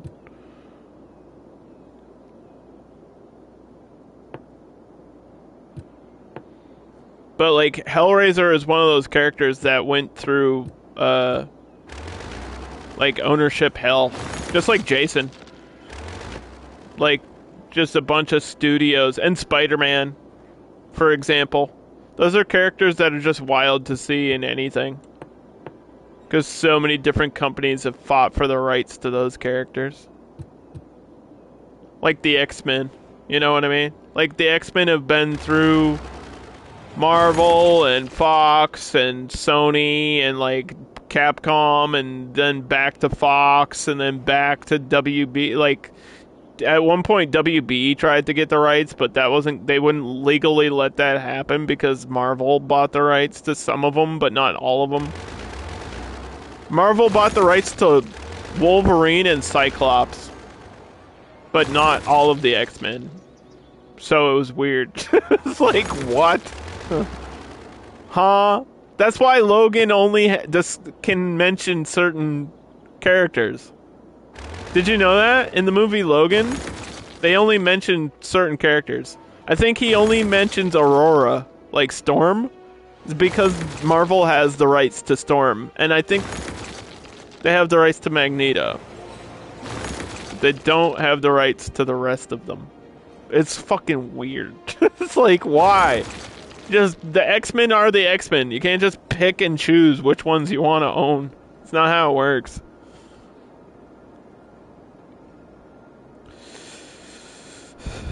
But for Dead by Daylight, like, having Pinhead is super sick to me. I don't know if they have, like, the labyrinth as a map, though. I feel like they need that. They should. If they have Pinhead, you kind of need the Labyrinth to go with them. Alright, Dan, thanks for hanging out. Thanks for giving me topics to talk about, man. I really, really appreciate it. Keeps me distracted while I'm streaming and building. We can finish this build pretty soon. I'm gonna work on the mountain now, I think, actually. Work on the mountain, and then finish it up? Sounds like a plan.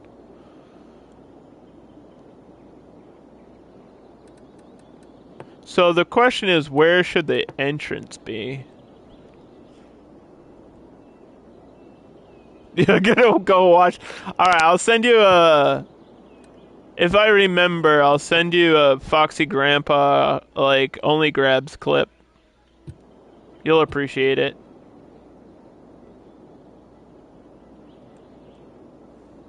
Just some random kids, like, getting trolled on super hard in a fighting game.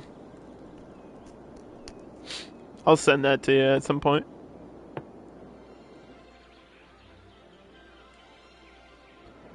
Where should I put the entrance? Like down here? Or here? Or here? It has to be like here. So that in that way there's a reason for you to go over to this part of the map, I feel like. I have to get a different type of park. It has a different entrance altogether.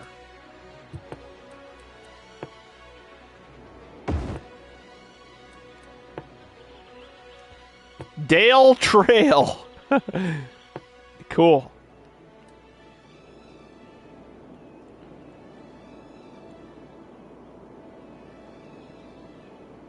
We could have a separate entrance up here too, since the road connects up here. I'd be cool with that.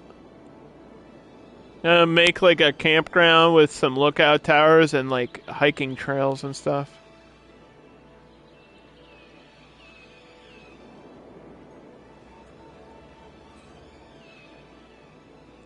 Oh, you know what I could do? Wait, does the base game have it? Oh, I do.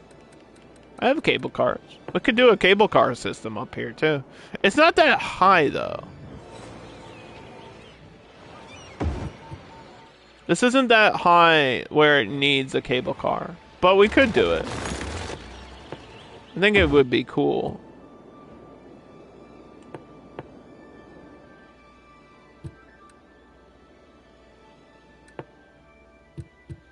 Alright, what's the difference between a stop and the end of the line?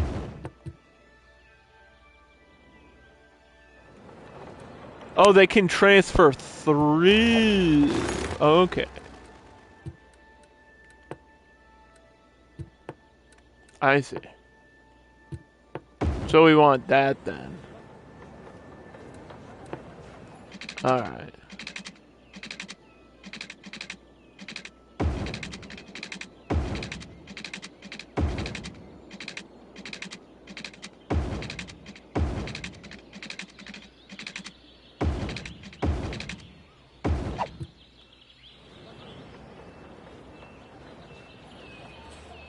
Hey, that's pretty good. And then we just delete some trees around it.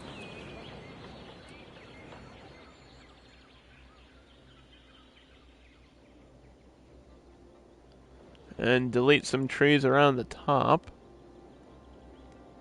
Because if you've ever been to a mountain, the trees get lower the higher you go, and you can get past the tree line.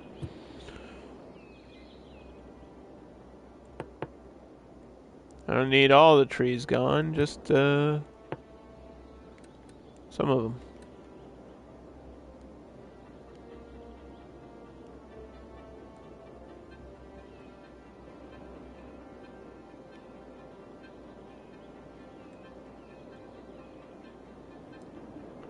Yeah, there we go. That looks good. Getting power and water up here. Not gonna be fun. I think I'm keeping the roads where they are, though. And then I'll just add walking paths all around. It'll be like a whole big nature preserve with the mountain included.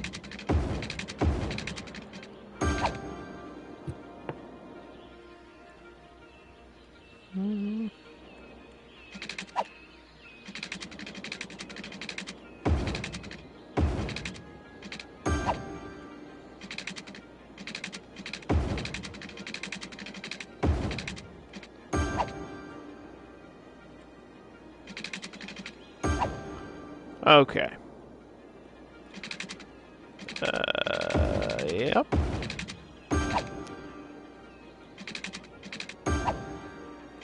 There we go.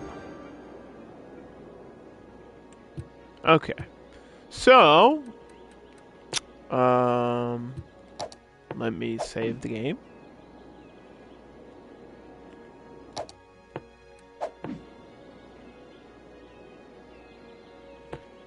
And then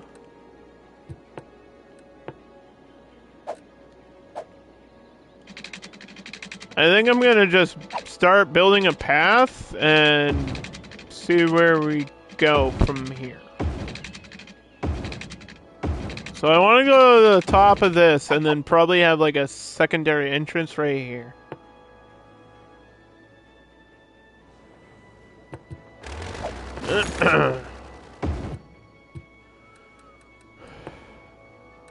Yeah. Yeah. Okay. Hold on. So it's got to be on the other side. Unless I can curve the road.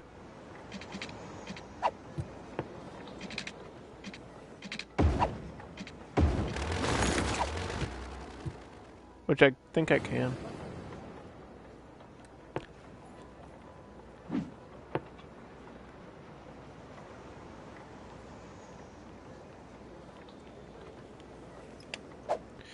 Do-do-do-do-do. Do-do-do-do. There we go. And we just need to put some paths around it. The question is, how do I get around this road? Like, do I build the walkway over it? I definitely want to charge to hike in this area. I want to try to get stuff up here.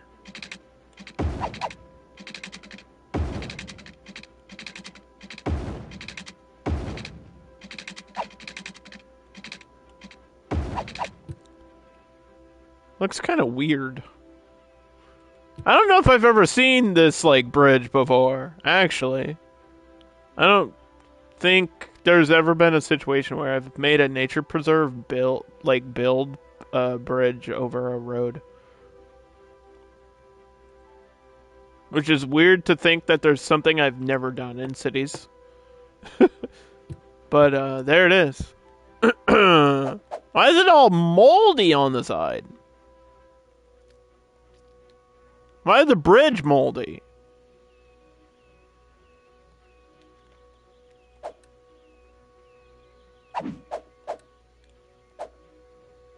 Ew, look at it. Ew! There's mold on here. So let's see. Alright. And then some sort of...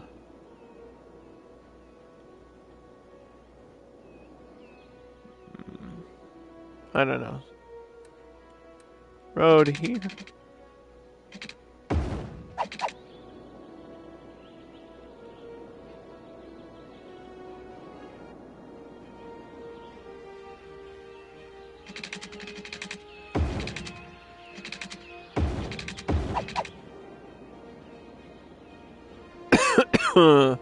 Yay! Alright, so that's my... I don't think I need, like, crazy pathing or anything.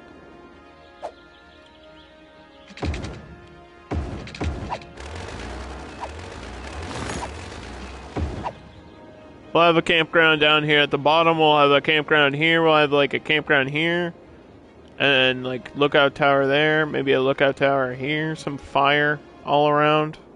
It'll be cool. It'll be real cool, man.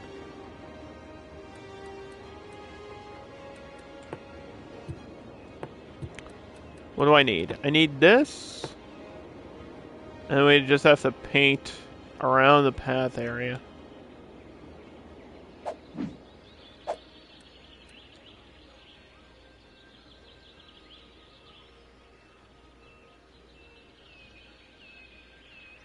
Yes.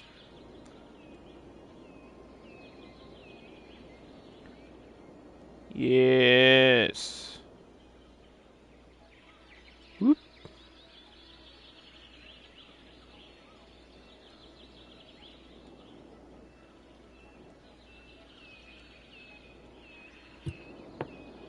You can't really see it. Like, wait, can I see it with the district maps? Yeah, kinda. It's a little bit hard to see, but I can. I was gonna build a trail down this way, but I don't know if I need that.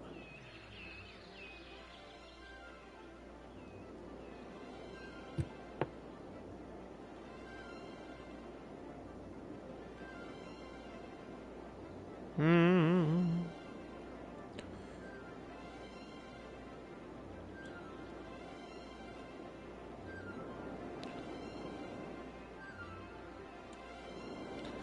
Ta-da! So.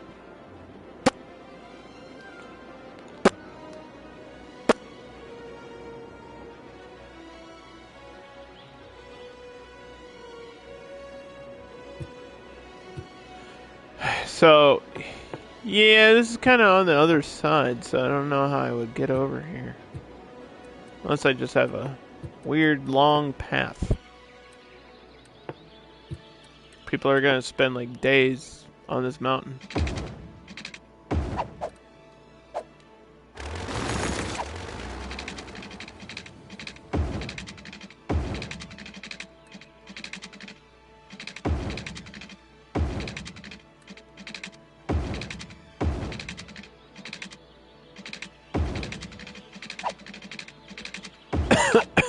You see what I mean? Like,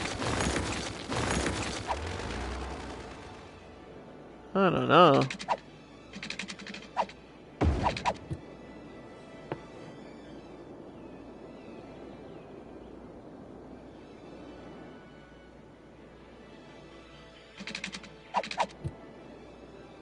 Just have a dead end.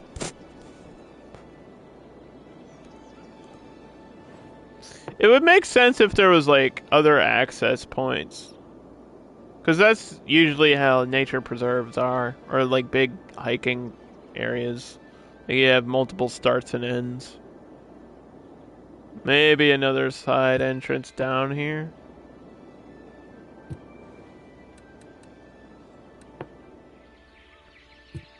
It's gotta be within the area though. That's how it works.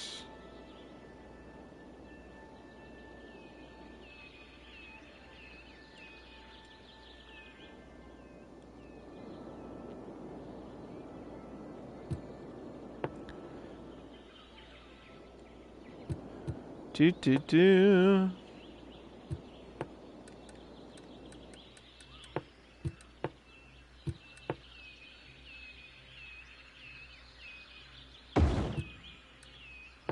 Okay.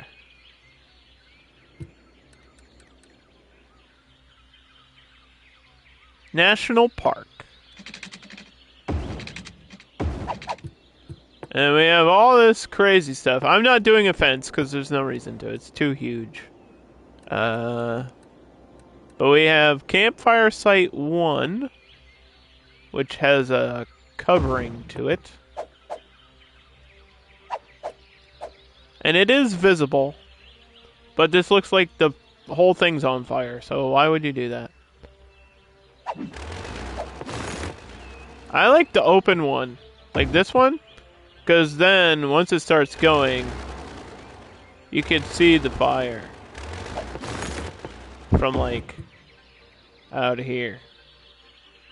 and it just lights it up at night, and you don't have to add a bunch of lights and stuff. So I like that. That's one that I tend to use a lot. And then there's a bunch of tents. There's some viewing platforms. There's tent camping. There's lean-to shelters with fire. There's lookout towers. There's camping sites. We got a reserve sign. I should build from the beginning. Let's go over here. Build from the beginning. See, this could have a little bit of a fence around it.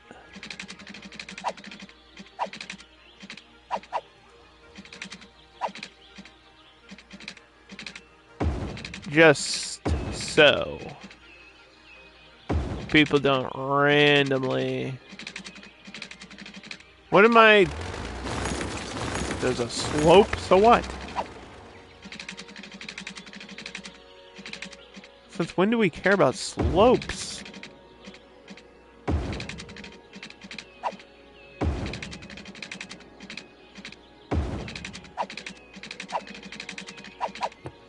Yeah, I don't really know if it's necessary to get a fence like all the way around though. This is what I was trying to avoid. I don't think I need it.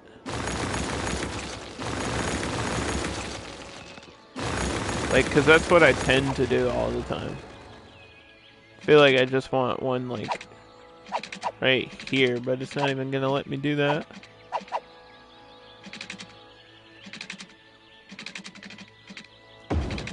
Just like around the curve.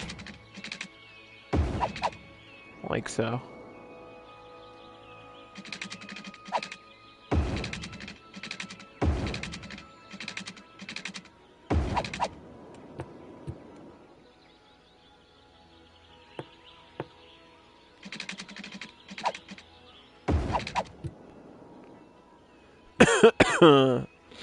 And then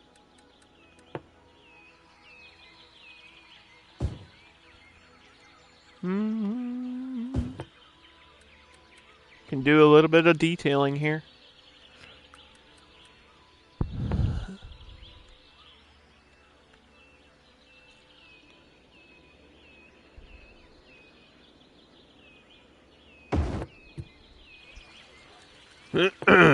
Camping site. All kinds of cabins.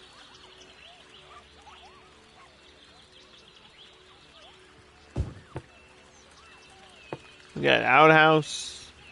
Where's the front of it? I think that's the front. It's kind of hard to tell.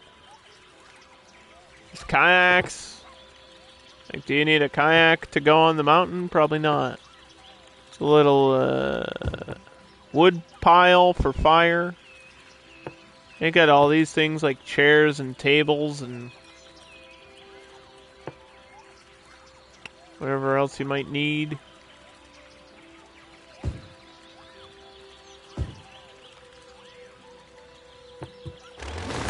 Ah!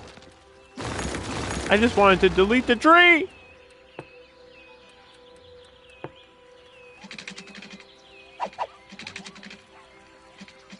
It's okay. I'll fix it. I'm sorry. I deleted everything.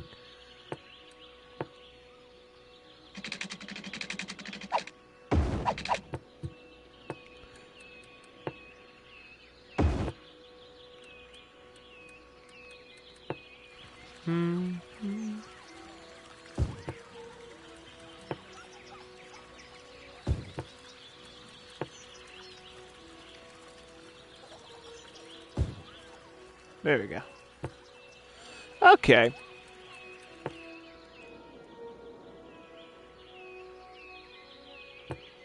Now let's, like I said, I want to have some of these.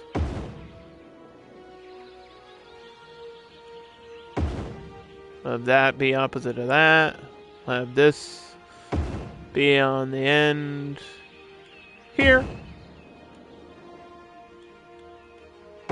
Be like that. Put one up there. Just to light the path. Da-da-da. Put one like there. Put one at the end here. Put one over here.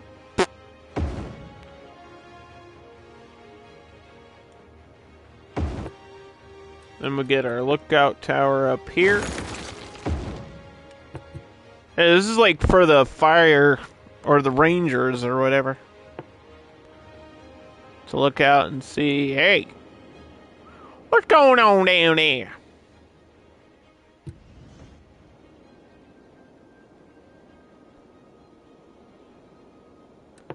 I got a shorter one here.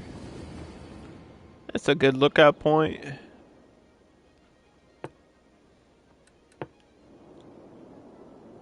And then choose a couple other camping sites.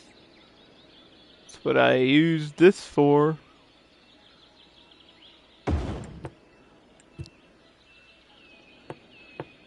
That's what this is for. Right here. Oh boy.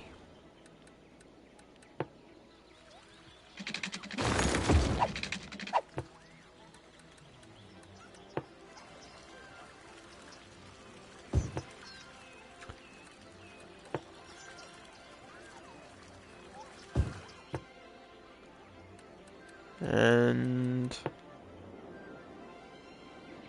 I was gonna have one down here, but I don't really know if I need it. I could just have, like, I think these lean-tos kind of act like, do I have this? Oh, I do have single cabins. Put a single cabin down here. That could work.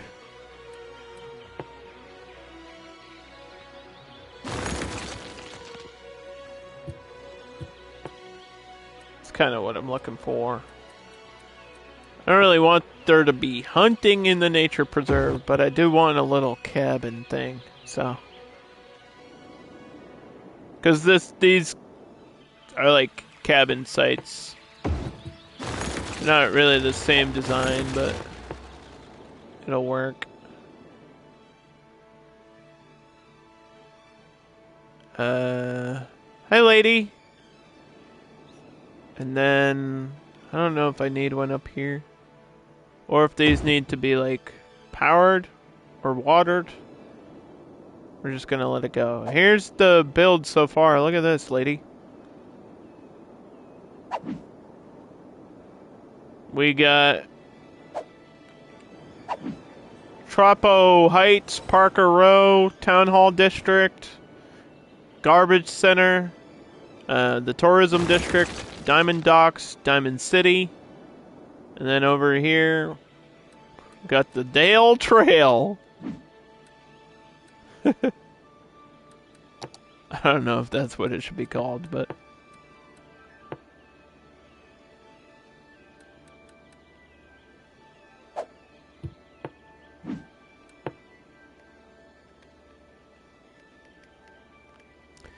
Dale Mountain Trails. There we go.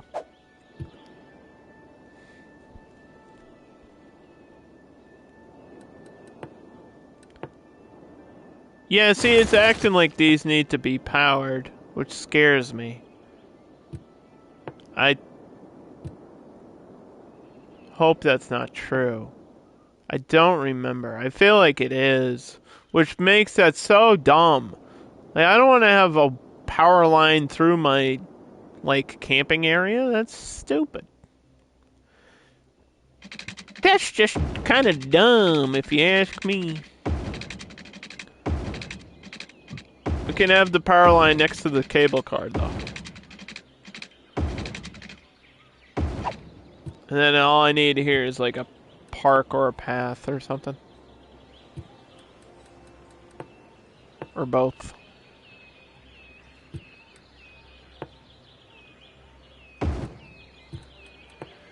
Do do do do do.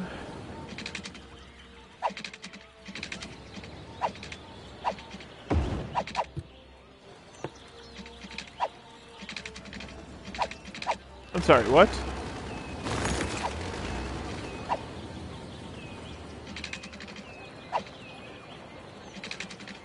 What is happening? What just happened?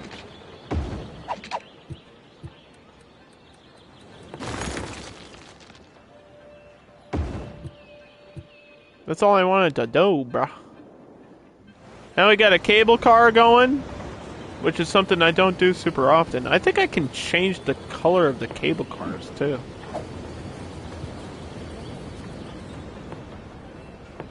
Maybe not. I thought I could. Maybe with the mods and stuff.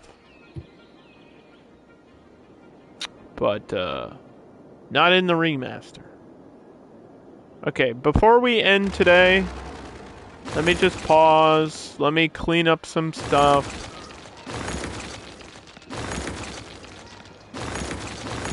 Clean that up, clean that up. Clean this, take that out.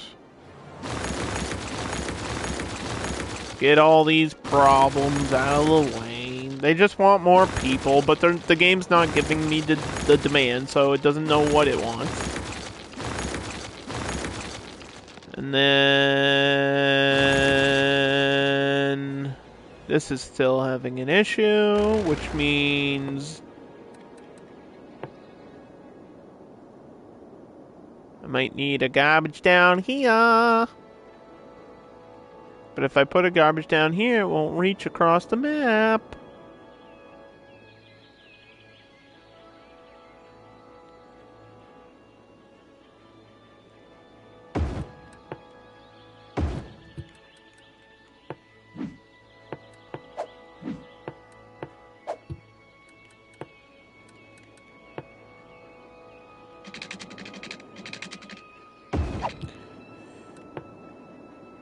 Oh my gosh. We just barely got that covered. Just barely. Okay. And then... well, I don't like this issue, and it's bothering me, so... Replace the problem. And then I need to double check the tram line. I think we're done on it. I don't think I missed a road. It's going around that way one way, which is fine. It's going around this way 2 directions, which is good. This is covered. That's done. Okay, what is the number? Oh, we're at 2200. So maybe if I let it run for a while, we'll finally get that building unlocked. I'm not sure. But I think that we did what we could, revisiting the Diamond Coast map. And then next time we'll jump to the next map and see what I can do on that one. Sounds like a plan? Since we're at the end of the stream, I do want to load this and see what the number is for the thing. For the public transport. I'm just curious. I just want to know.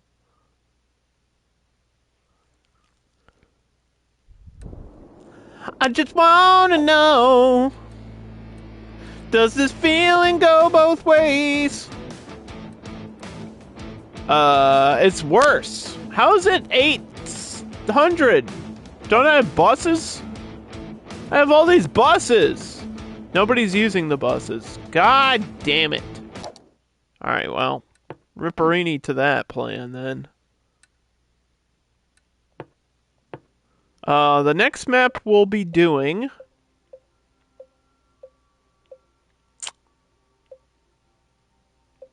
Sandy Beach?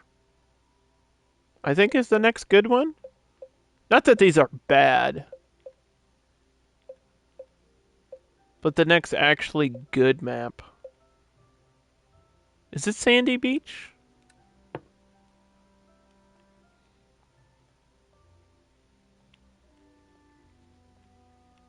I think so. Which is conveniently another tropical map.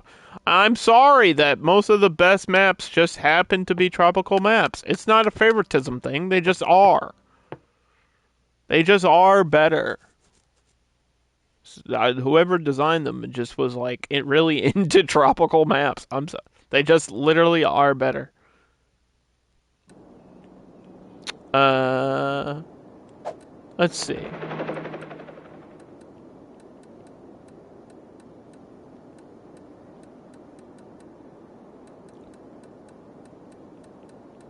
Yeah, I don't remember what I did on this map last time.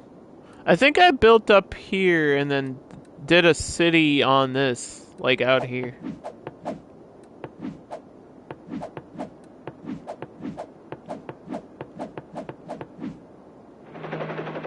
Like, I think I made a city here. And then had, like, a small town right here. I don't know what else I would do. Maybe not this map. Now that I'm looking at it, maybe not.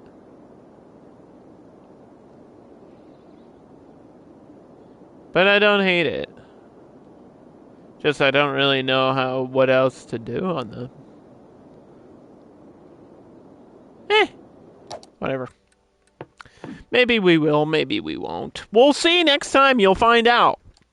On Cities Skylines Remastered. Have a good evening, everybody.